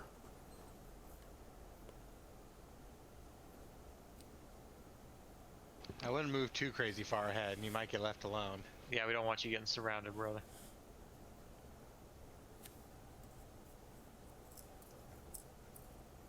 Yeah, as you move forward, you see what Wilder is staring at. A just absolutely massive, pure white wolf. Okay, and then can I blow my war horn just for fun? Yeah, sure, fuck it. Yeah. With a resounding kind of billows through the area. I love it. I'll pass my turn now. All right. So it'll bring us to Small Wolf's turns. And seeing you approach, the two kind of skirt around and kind of... This one's actually going to move here. And they're both going for you, Austin. And with Pack Tactics, they have advantage. Kind of moving in tandem with each other. Both of them lunge at you. I got an 11 to hit and a 16 to hit. What is your armor class? 14. 14. So the 16 will strike true, but the other one will miss. So go ahead and take 4 points of damage, reduced to 2 because you're raging. So you're a 9 now, right? I'm at 10. Oh, nice. He's got a lot of hit points. Yeah, I forgot He's he's beefy. stacked Constitution. All right, and that will end their turn. Big Wolf has a different initiative. Anya, it is your action. The wolves in front of you are dead. However, you can hear the sound of more battle coming from the next room. If I move up here, would this wolf be considered flanked? Yes. Also, Okay. as a homebrew rule, if you are flanking an enemy, you have advantage on your attacks against it. Okay, and that's melee only, right? Yeah, melee only. All right, I'm going to run up and attack it with the knife. Dagger? Or dagger. Yeah, dagger. go for it.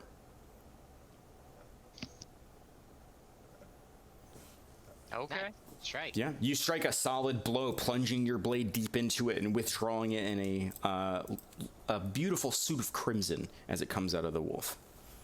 It's still up and it is pierced, but you did a good blow.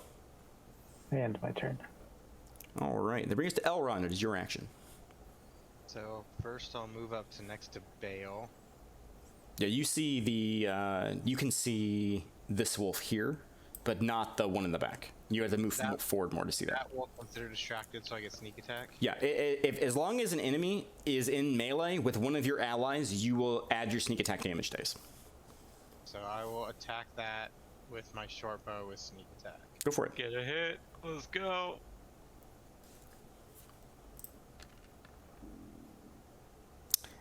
10. Oh. Unfortunately, the 10 just misses. As like you're trying to make sure you're striking a good shot, but trying to not hit your friends, and it's a risky shot to fire through Anya into an enemy that's engaged with Austin. Like you're just trying to be really careful, and it just barely misses as the wolf just shifts out of the way as the arrow flies past. Not hit anything yet. God damn it. All right. So do I still have my movement? Yeah, you can continue to move. I think you only used what? 10 feet of movement there? Yeah, I used 10. So that's 5, 10, 15, 20, 25. Can I be like all the way up here? Yeah. I believe that works. Let me ruler that. No, you can't move quite that far because you moved from here. You were here in your last turn. Yeah, you can move there. That's fine. I'll move there and I'll end my turn. Yeah. All right, and that will bring us to the. Can I do a stealth check so that the wolves aren't like super aware of where I move? Right now, it would be your action to try to stealth. Okay. But they are very aware of you, and there's nowhere to hide. That makes sense.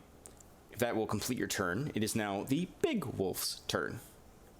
Oh god. Oh shit. And it will rush up let's say here. As it kind of bounds forward, you see it kind of take in this inhale of a deep breath of air as it rears up on its hind legs and then unleashes this frozen torrent of icy breath. I need A tic tac? Austin and Anya to make dexterity saving throws. Oh man, here we go. So Austin, it's above your skills. Okay, you got it. Ooh. Now you can add your bardic inspiration. You can, to if you that. choose. Before I tell you the result, before I tell you what happens. That might not be a terrible idea, Austin. I don't know. It's up to you. You would just roll. You do / roll space 1d6. Yeah. If you want to add that to your saving throw. Right now, you don't know if you failed yet. This dog has Okay. One. Oh my Christ. Okay. So you both save because the DC is 11. Hey! So instead of taking 23 points of frost damage, you both take 11 points of frost damage. Oh, That drops me to 0. yeah, they're both unconscious. Oh my God. No, I'm at 1.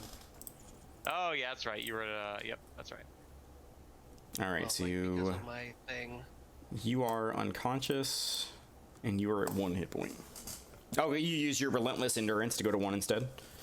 Yeah. Nice. So, like, the world around you starts to go black as you kind of take this frigid torrent of ice, and you kind of shrug it off and kind of push through with the kind of blood vessels in your eyes kind of popping for a moment as you push through this small bit of vitality left. The rest of you watch as Anya collapses to the ground. That's not great.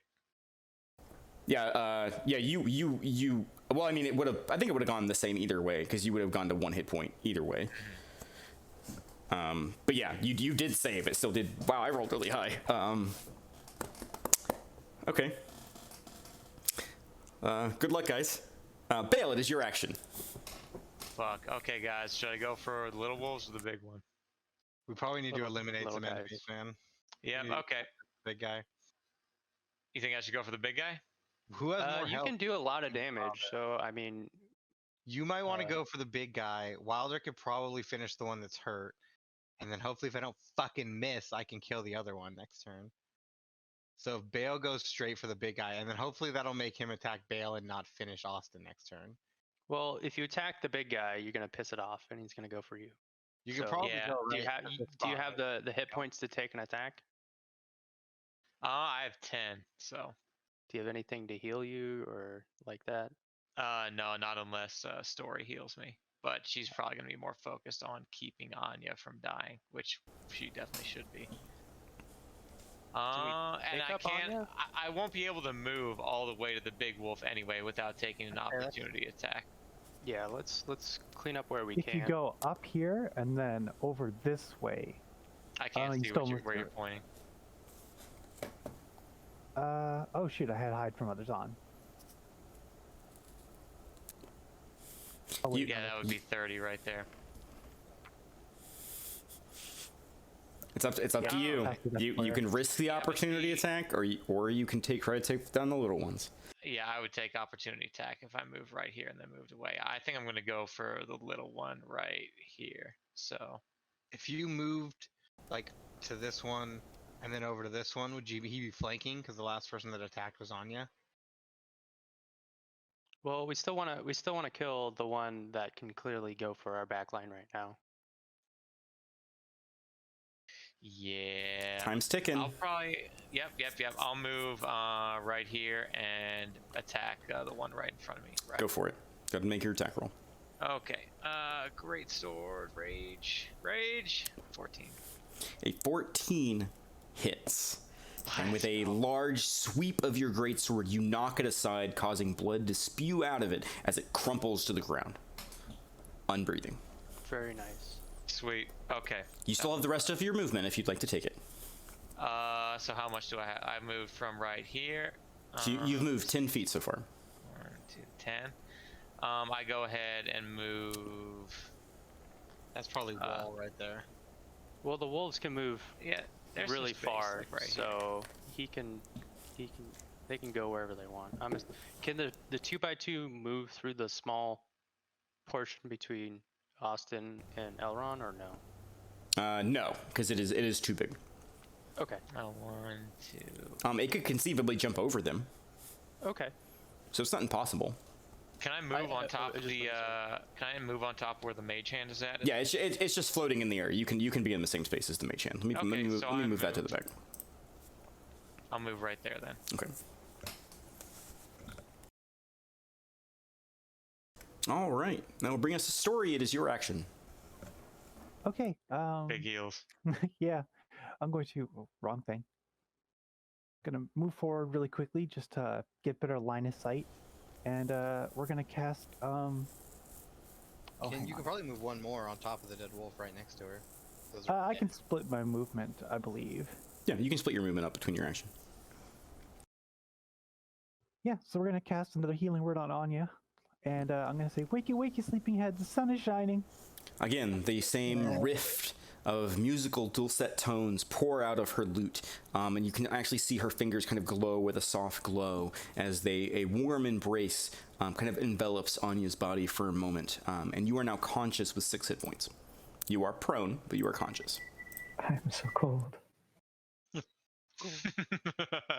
Then I'm going to move up here, and with my action, I'm going to loose a little rock from my sling at the wolf that's behind Bale. Sure.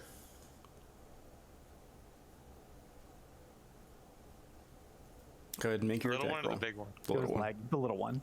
Okay. Oh yeah. You whip up and you whip it around your head a few times, and you sling the rock, and it strikes true.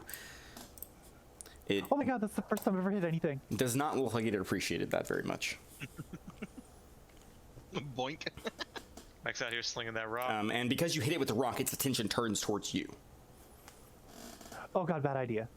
And that's the end of my turn. All right, Wilder, it is your action. Is there anything I can do to help Agnes, or is she? She's up. She's awake. You see her chest. Watch her eyes pop open and her chest begin to kind of heave. She's at 6 hit points. Okay. And then if the wolf moves, it's gonna take an attack of opportunity from both Austin and Bale.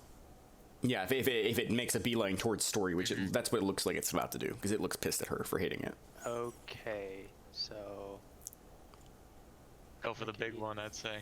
I wanna protect a little tiefling, but I also wanna protect everybody else.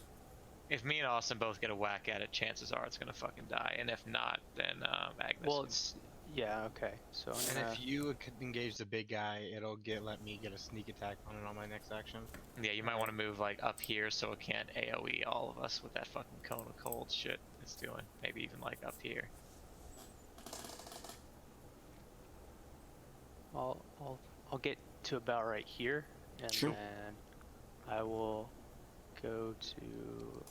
Okay, my health's good. I'm gonna take a thwack at it with my battle axe with one, just with one hand though. Go for it.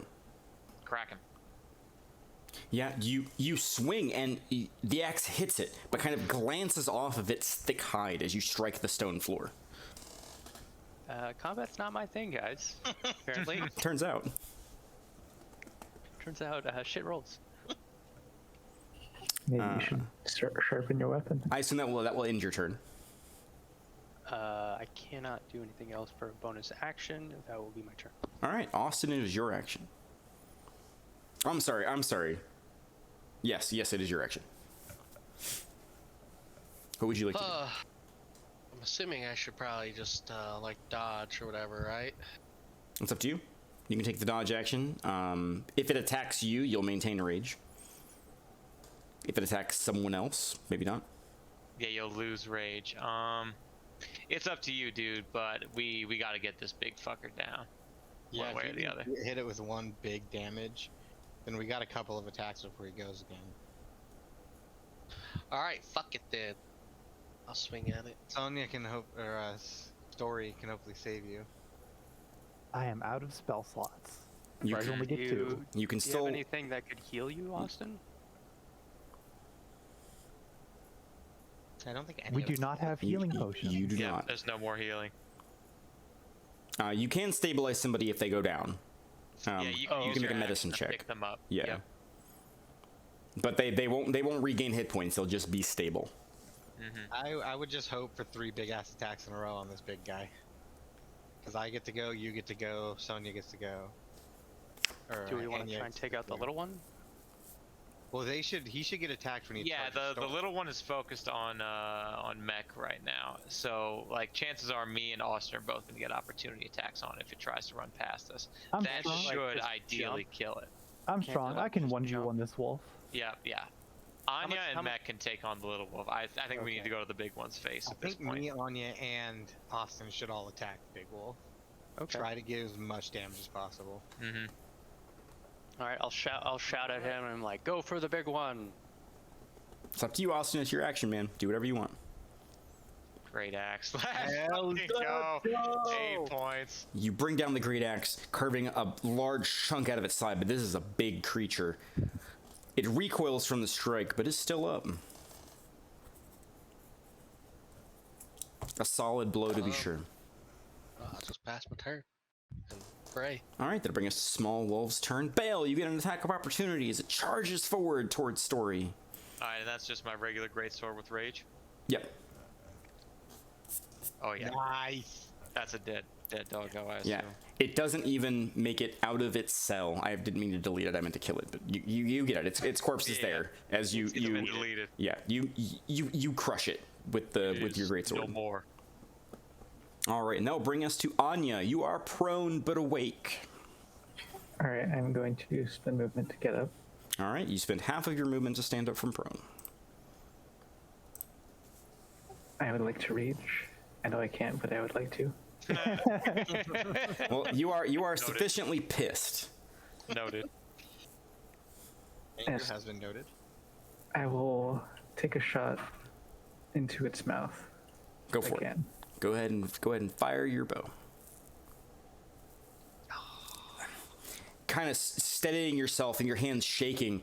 I mean, you were dead. Like as far as you were aware, like that killed you. So the fact that they kind of rattled you causes your aim to be just slightly off, and you fire and you strike against the back wall. Miss. And I'm going to back up. Sure. Sounds good. Elron, it is your action. Can I say like I'm specifically aiming for its eye or something like that? You cannot make a cult shot in 5th edition. Yeah. So I'll just sneak attack because it's engaged short bow. Yep. Oh, Called not shots like this me. flavor. Those dice. An 11, unfortunately, will not hit. Oh, Again, that- the creature's thick hide, like your arrow strikes true, but it just like it doesn't even like penetrate through its thick hide. Whatever, like this wolf is some sort of monstrosity.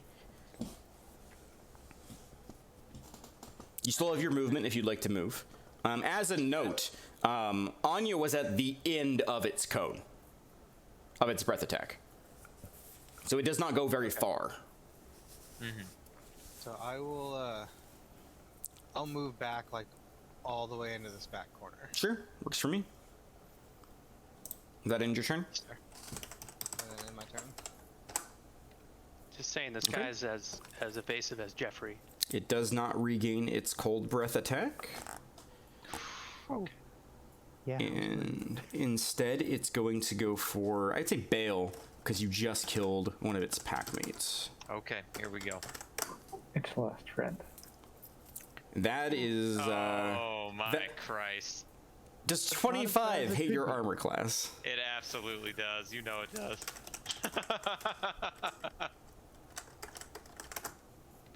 Alright, go ahead and take 7 points of piercing damage, reduce to 3, and then give me a strength saving throw.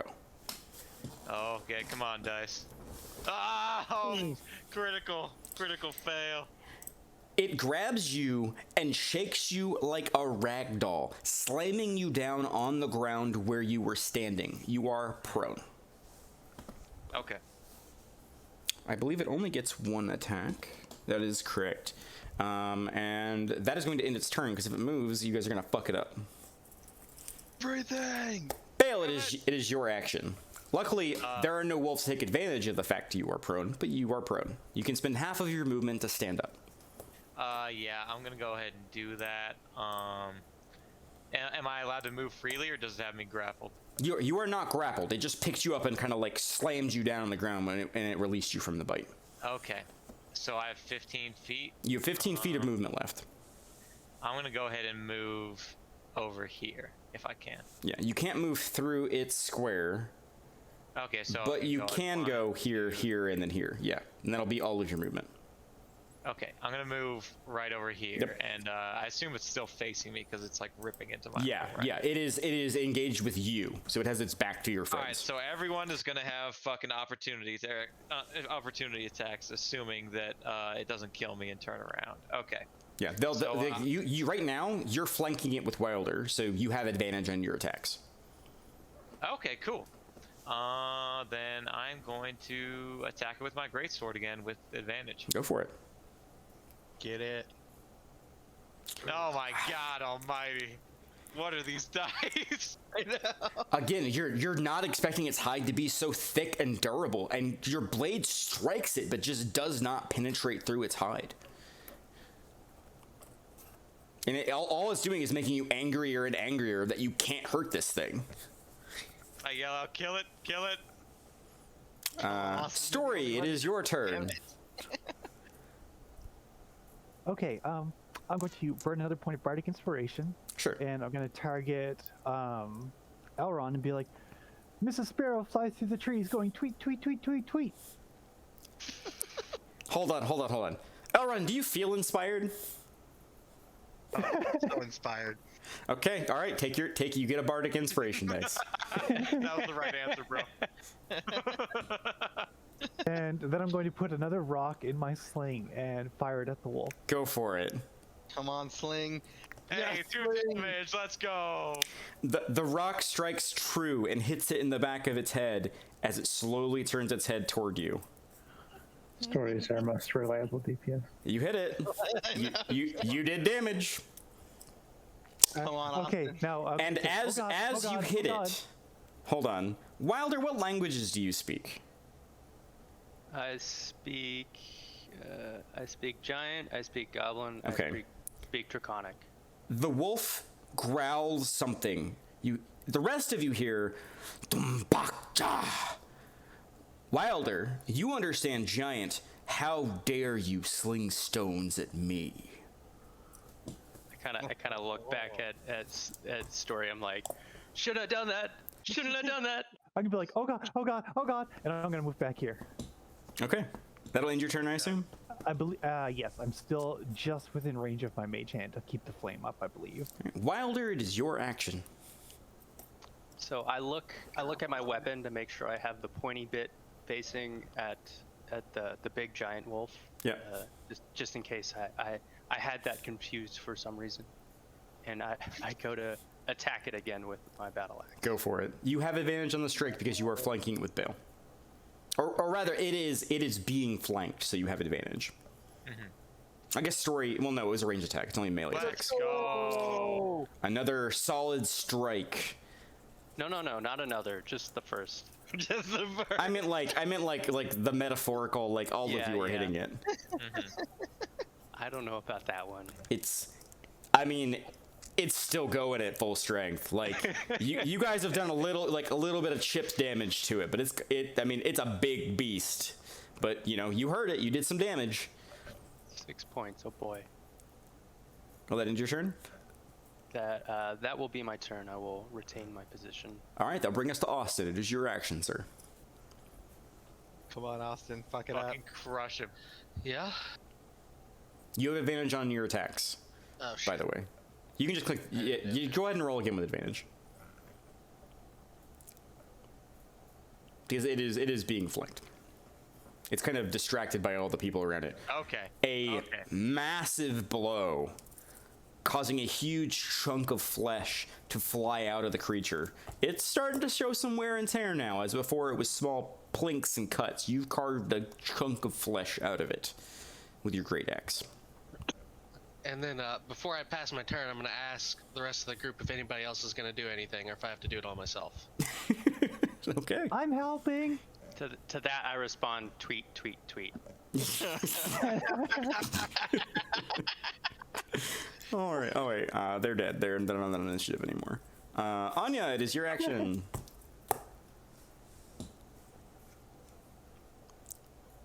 Here comes another arrow. Do it. Does she get advantage? Because No. Oh, critical. She does not get advantage. However, you see the opening caused by the pain from Austin's strike, and with a fury and a vengeance, you pull your bow back and you aim and you fire and you strike the creature directly in its right eye, causing blood to spurt out of the wound as it growls and hisses. Critical. I don't regret that. This next one's gonna hurt. all right, so I'm gonna sneak attack. Do I sneak attack with advantage because the flank? No, because ranged attacks do not get advantage. Okay. Only melee attacks. But it is your turn, Good. Elron. You could run up on it and try to hit it with one of your melee weapons with your short sword if you wanted. Oh, I could do that. Would I still get sneak attack? Yeah, because you have an ally engaged with a target. Mm-hmm. So then I will move. Well, let me see. Can I just move directly to like that position there? Yep. You do also have an inspiration dice if you feel like you. Yeah, if you fuck up, if your roll is not great, you can add 1d6 to it. Advantage. Yeah, you do have advantage. Sneak attack with my short bow. Sword. No, it has to sword. It has to be your sword. Or Yeah. sword. Yeah, sword. Sorry. All Come right. on, big money, big money. 23. I wanna also add the d6. How do I do that? No, that's the hit. No, that hits. That hits. You Yeah. can't add The, it to damage. the 23 hits. Yeah, she's not the specialization where you can add it to damage. Okay. So that is I'm level 1. I don't have any 14 specialization. points of damage. Yep. It is looking rough. Like it is bleeding all over, and with that was like a crippling blow that you just dealt to it. Looking rough. All right, and that will bring us back to its turn if you are done. Yeah, I don't think I can do any bonus actions. Right? All right. Let's see. It does not regain its cold breath. Oh, God. We have been almighty. so lucky with that. As a note, it recharges on a 5 or a 6. One of us is about to eat epic shit. And I mean, Somebody's dead. the last person to hit it was Elron, right?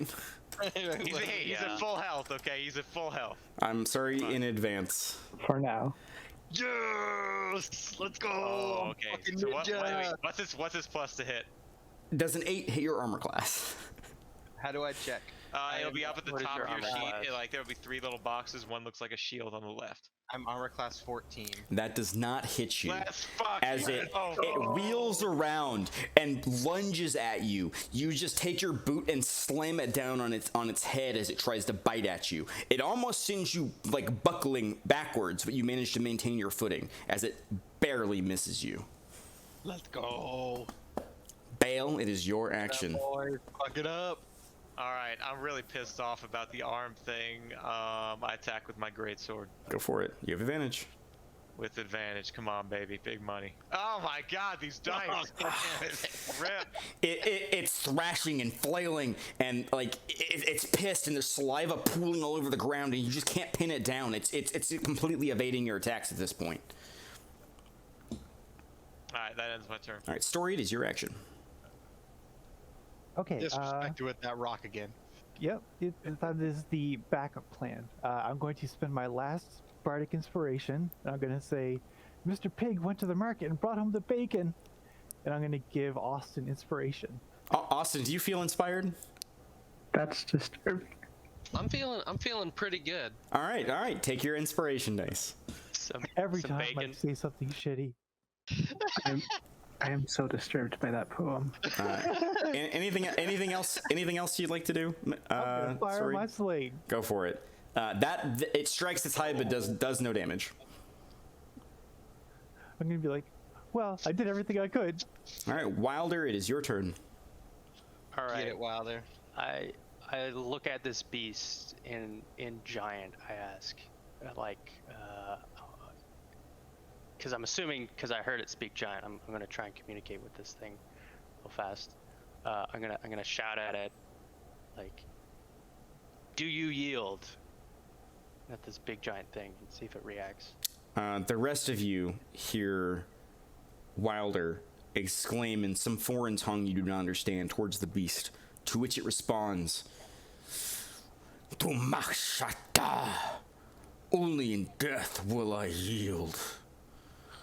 All right, so I attack it with my battle axe. Okay. Alright, so fuck you. I'm gonna hit you with my axe. Let's go! Oh yeah. Another solid strike with the axe. Yeah, it's looking pretty damn hurt. Pretty damn hurt. Come on, Austin, finish this motherfucker off. Austin, it is your turn. He's still at 1 health, isn't he? Yeah, He's I barely think hanging it's on. I think it's I time can for me get out of it. to end this, right? Do it. Battle axe With advantage. With advantage. Okay. Nice, Okay. nice. Keep it rolling. Austin, how would you like to do this? Yeah. Yes! Describe your killing blow. Let's go! Well, I'm pretty pissed off, okay, that he fucking almost killed me. Bale shouts out, "Save the ears, the money, the money." Yeah, so Just I'm gonna violently feels decapitated. no. I'm just gonna go with like one nice side swipe at his throat and just slit his throat open.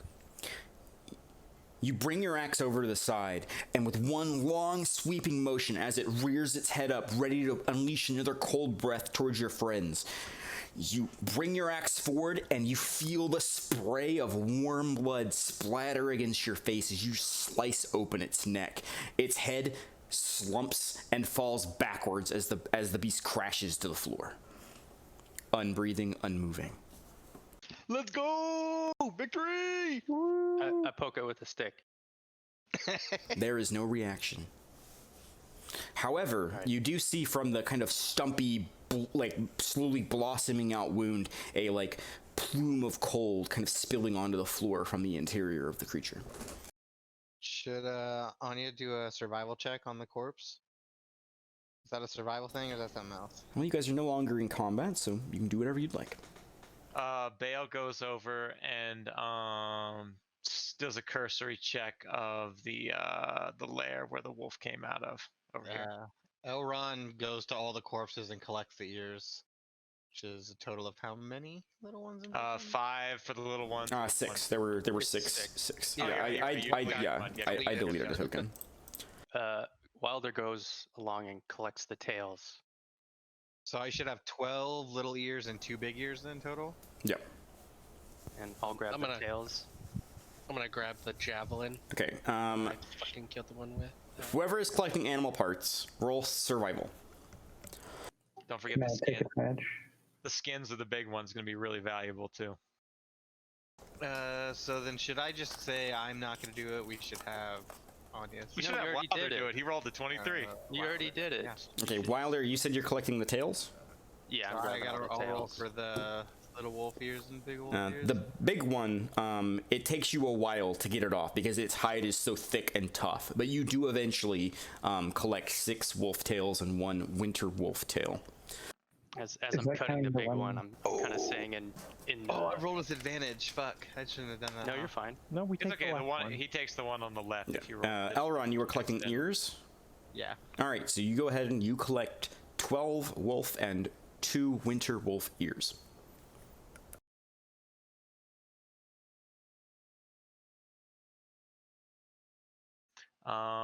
I attempt to take the like the full pelt off of the winter wolf because I feel it may be super valuable. Okay, I so will assist. whichever one of you has, I would say you can assist Anya because she seems more I'm practiced. sure than she you. has a higher survival. Yeah, I'll So assist her. Anya, Go you ahead and roll. you can roll to try to skin the wolf with survival with advantage. Oh. Come on. Okay. 15. All right, it'll take you some time. What is everyone else doing in the meantime? Oh, Is there any way I can like butcher like 1 or 2 of these wolves and get some like meat to take with us? Yeah, go ahead and make a survival check. did I finish counting the gold? He No. said like, he said it was like 15 gold. And some Oh, fuck silver. You did not. I finished counting the gold for the That's a rest of the critical round? fail. Austin, I would say you can get as you sit there and like these things are pretty fucked up. Like your friends fucked these things up pretty bad, and like you're pretty decent at survival. You know how to like carve meat from things, but like most of the meat's like crushed or intermingled with shattered bones. You managed to, we'll say you got 5 pounds of good wolf meat. Okay, and do I like add that somewhere? Yeah, you can put it on the second page of your character sheet under treasures. Just jot that down. I may be able to sell that or cook that later for the group.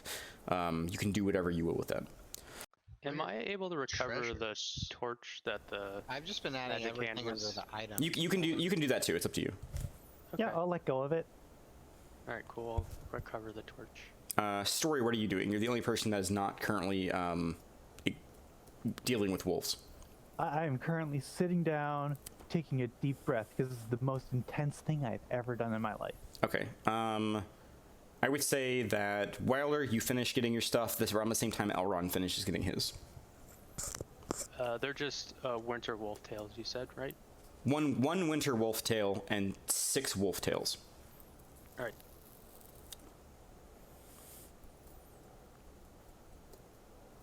And then Anya got the. Did Anya get the pelt yet, or is she still working? You guys are still working on it. It's gonna take some time. Okay.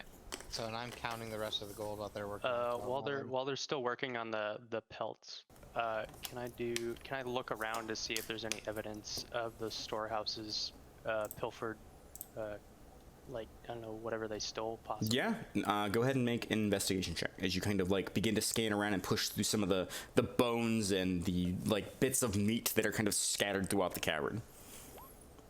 Max, since you're just chilling, could you assist with the investigation?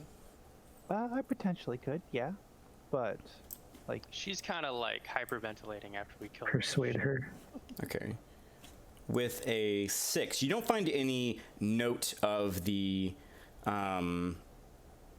like missing meat. Like it looks like they ate it. Whatever they took, it looks like they ate it because you can see scraps of meat kind of scattered about. However, in this section, you find several small gemstones that were kind of like kind of scattered or maybe like shit out or something, kind of like on the ground. Shitstones. Like it's in a pile of refuse. You Okay. find 2 more bloodstones. You find a carnelian, which is a kind of orangish gemstone that when you hold it against the light kind of shifts to a reddish brown. Okay, carmelian. You also find a moonstone over there. Elron, as you sit there and count your gold pieces, you count 23 gold pieces and 43 silver pieces. So if I give everybody here 7 gold, that would leave me with what, like 8 gold and how much silver?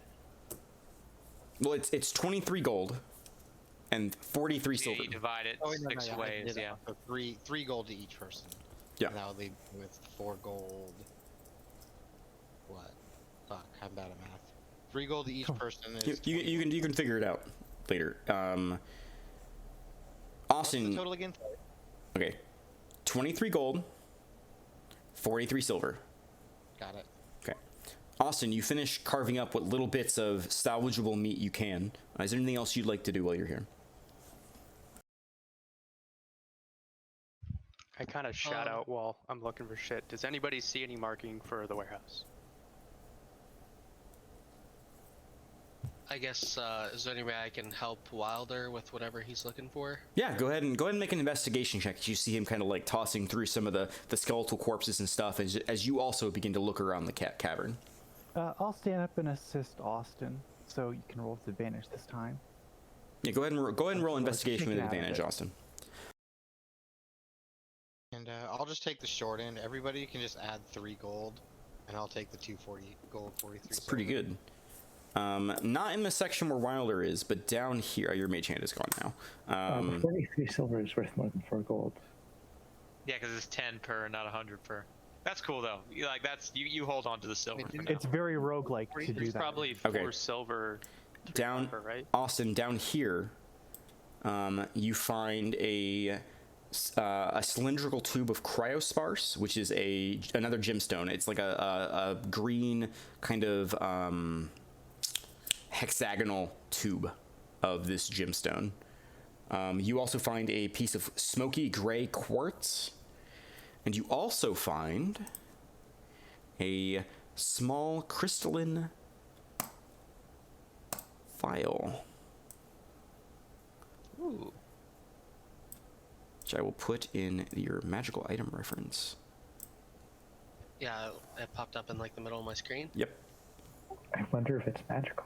You find it is a clear red liquid with tiny bubbles that seem to emit small bursts of light inside. Ooh, tiny bubbles. I'm just gonna give it all to Wilder because I'm kind of a dumb orc and I don't really know what's going on here. You know enough Hold to on. know that it's a potion of some sort, but you don't know what it does. Drink it. You Yeah, can find no, out. Don't do that. It might kill him. He's at 1 HP. Maybe because he's a smart boy, maybe he can like Arcana check it or something. Yeah, you can. Well, you can make an Arcana check if you want to see if you can maybe recall what this kind of potion might be. Okay. Just Arcana check. Any advantages or anything like No, that? just straight Arcana. A 1. Fuck. You know that healing potions are red, but usually when you shake them, the liquid glimmers a bit. These shiny sparks of light are not something that you're used to. So this isn't a healing potion, but may have similar properties. It has bubbles. Tiny bubbles. It's Mountain Code Red. So since I go finished fast. counting, can I do an investigation of my own while we're waiting for the skin to be skinned? Yeah, where exactly are you looking? I guess I'll check out this cove over here. Sure, that's where Austin found the gems. Go ahead and make an investigation check. Normal.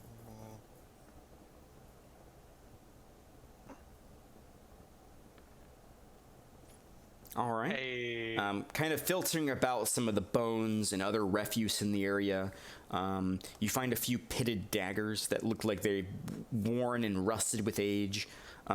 You also find kind of scattered amongst the debris 3 gold pieces and 7 silver pieces. Sweet. Just making all kinds of money. Sorry to ask, but what was the note that you made when after we killed the the giant wolf about its frosty blood? There is a kind of pluming, like, coldness coming from the interior of the creature. Okay. Would I be able to kind of walk up to the blood and see if it? I know some time has passed. Obviously, it's cold. It's cold now, but would I be able to see if there's any weird properties with the blood? Sure, go ahead and make a nature check. As you kind of are glancing over, they're skinning the thing right now.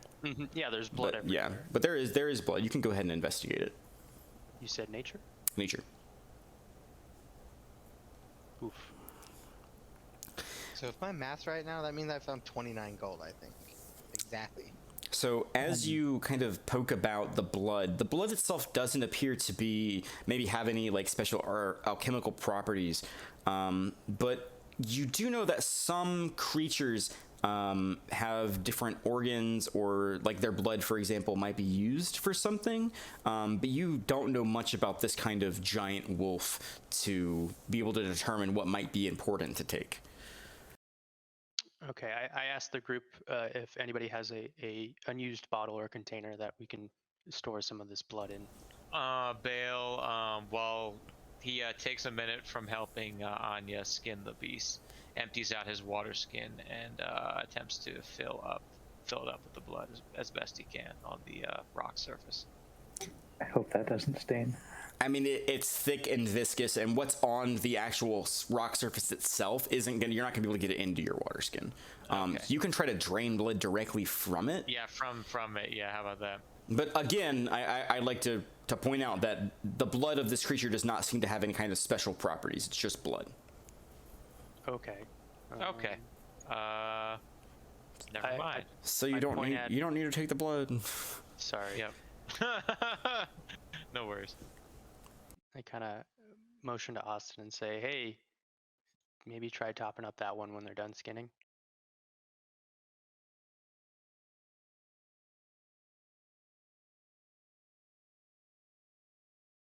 So now do we just wait until they're done skinning? Yeah, a few more minutes go by, and you guys managed to salvage most of the hide of the creature. There's a lot of holes and cuts, and there was like a place where an arrow had struck and broken off inside of it. So it's really hard to cut around like all of the stuff. But you managed to get the winter wolf hide off of it. So one of you can add that to your character sheet. It's very heavy. It probably weighs about 20 pounds. Body's strong as fuck. Bale can carry it. Where do I put treasures? It's on your second page in your character sheet. I can't even open my character sheet again now. I don't know why. Try reloading. That's what it worked for me.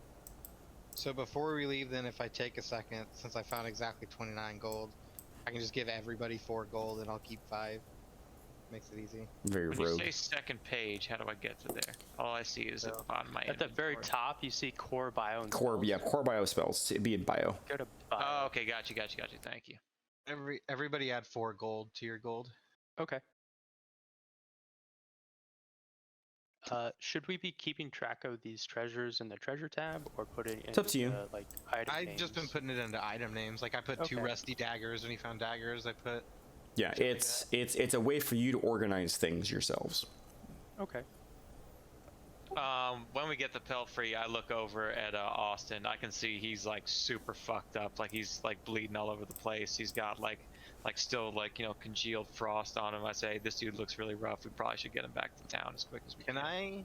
Can I use some of the cloth I have to try to like bound his wounds at least? I mean, if you guys want to take like an hour to kind of rest and relax and bind your wounds, you guys can take a short rest if you'd like. That might not be a bad idea at all. Probably do Yeah. that. I mean, it's probably a safe area since we killed the things that would hurt us here. We can also get healing words restored. Yeah, we use our hit die. She needs a long rest for that. I would say I cannot Oh, okay. store spell slots. So in 5th edition D&D, underneath your hit points and your temporary hit points, there's a section that says hit dice. You can click the hit dice button to restore HP during a short rest. And that's kind of you taking a few moments, catching your breath, binding your wounds, and kind of cleaning yourselves off. So if any of you would like to spend hit dice during your short rest, feel free to. I don't think I So took any if they're- damage, so. If they're doing a short rest, Hey, I Let's go, Austin. Yeah, so Austin, you'll go ahead and get back 8, let's eight, go. 8 hit dice. So you get So, 8 hit wait. points. Can I You're- apply the 1d6 to this or no? No. No, that's just attack and saving throw. It's anytime you'd roll a 20-sided dice, you can add the Bardic Inspiration. And Okay. it is going to But- go away yeah, during the and- rest because it only stays for yeah. 10 minutes. But you're up to 9 hit points, and I think I'm back up to I'm back up to 14 now. And While they're sorry, go ahead. And as a note, so essentially you spent that hit dice, so it's gone. Whenever you do a long rest, which is like an 8-hour, like you sleep, get something to eat, but it's basically an 8-hour period. Then you recover half of your hit dice rounded up. So 1.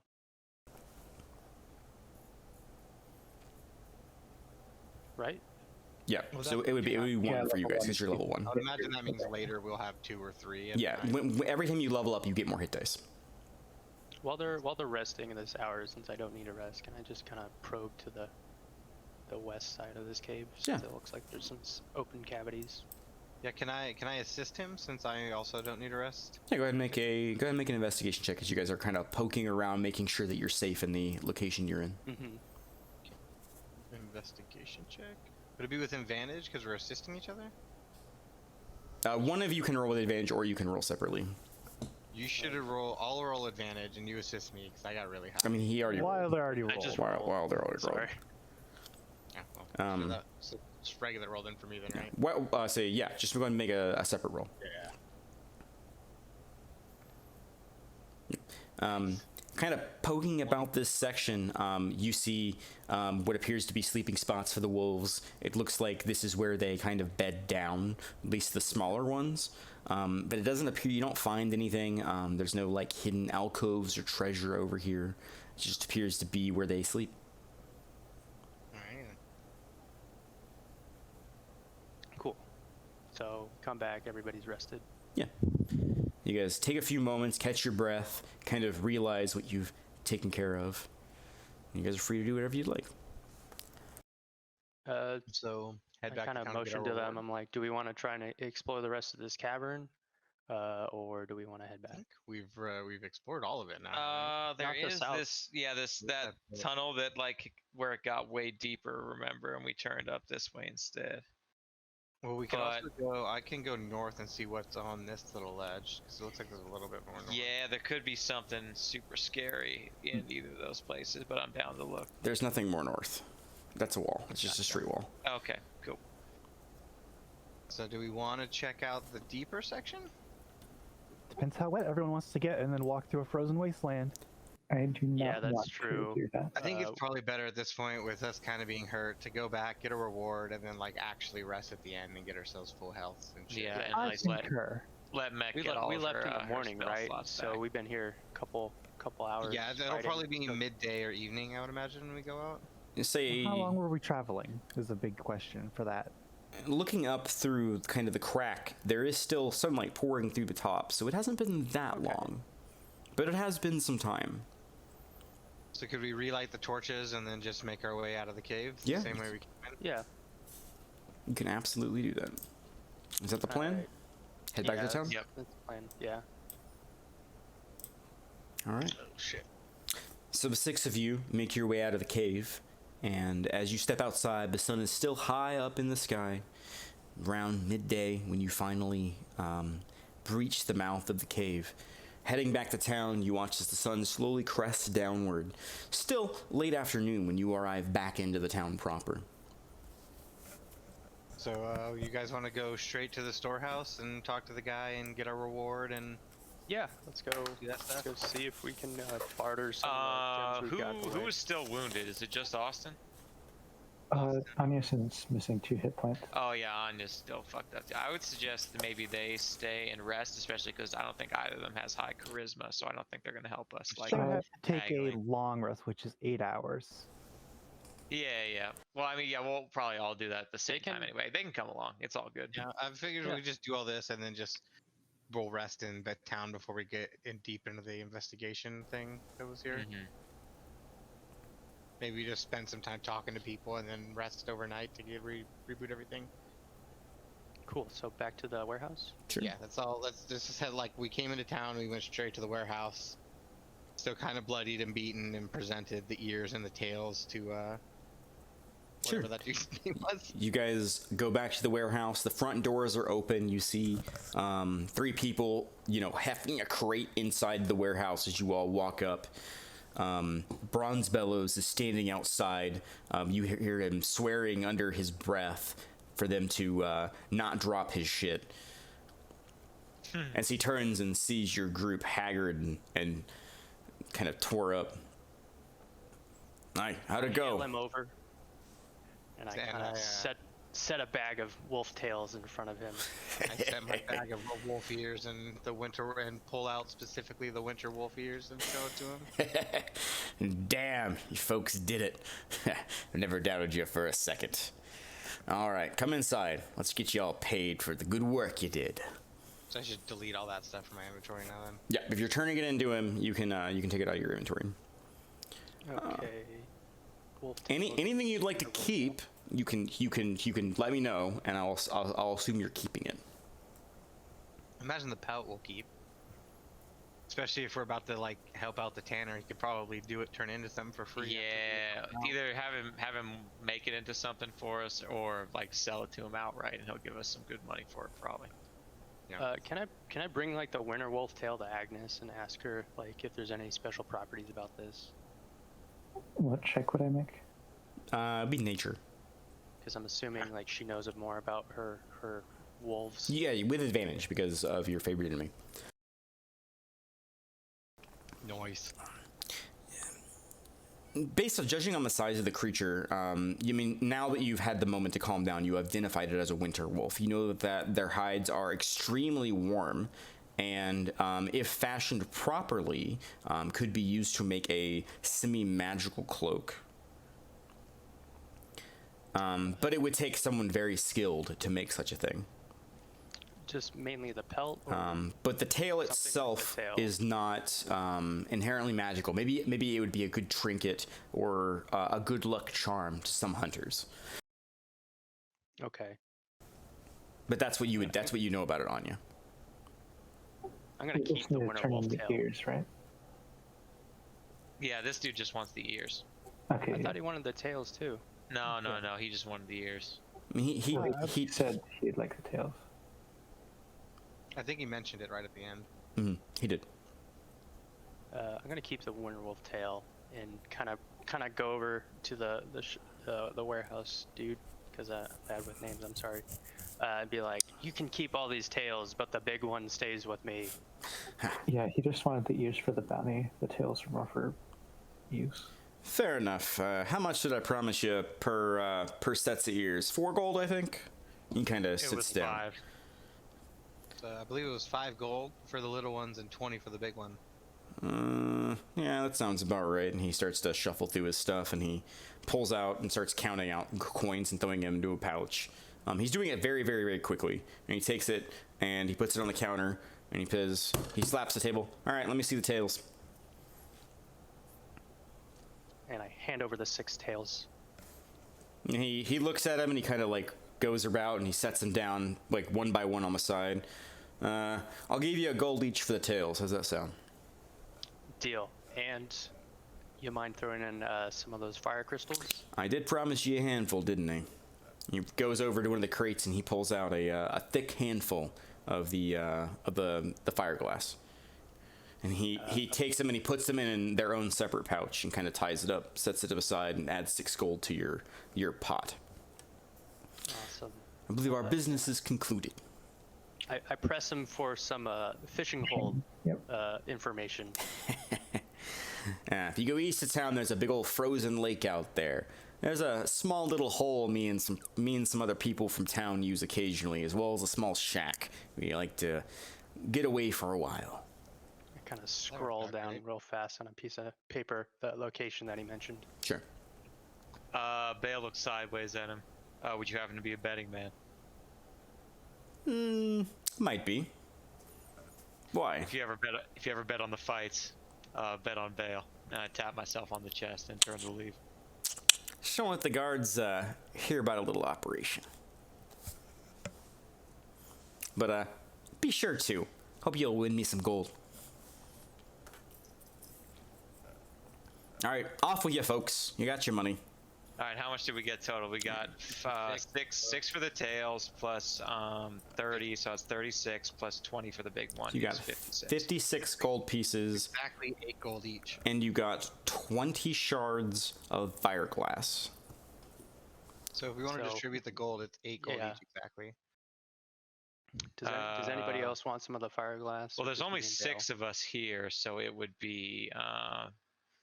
Oh yeah, yeah, 8 would be 48, and we'll just. I'd say let's put the remaining.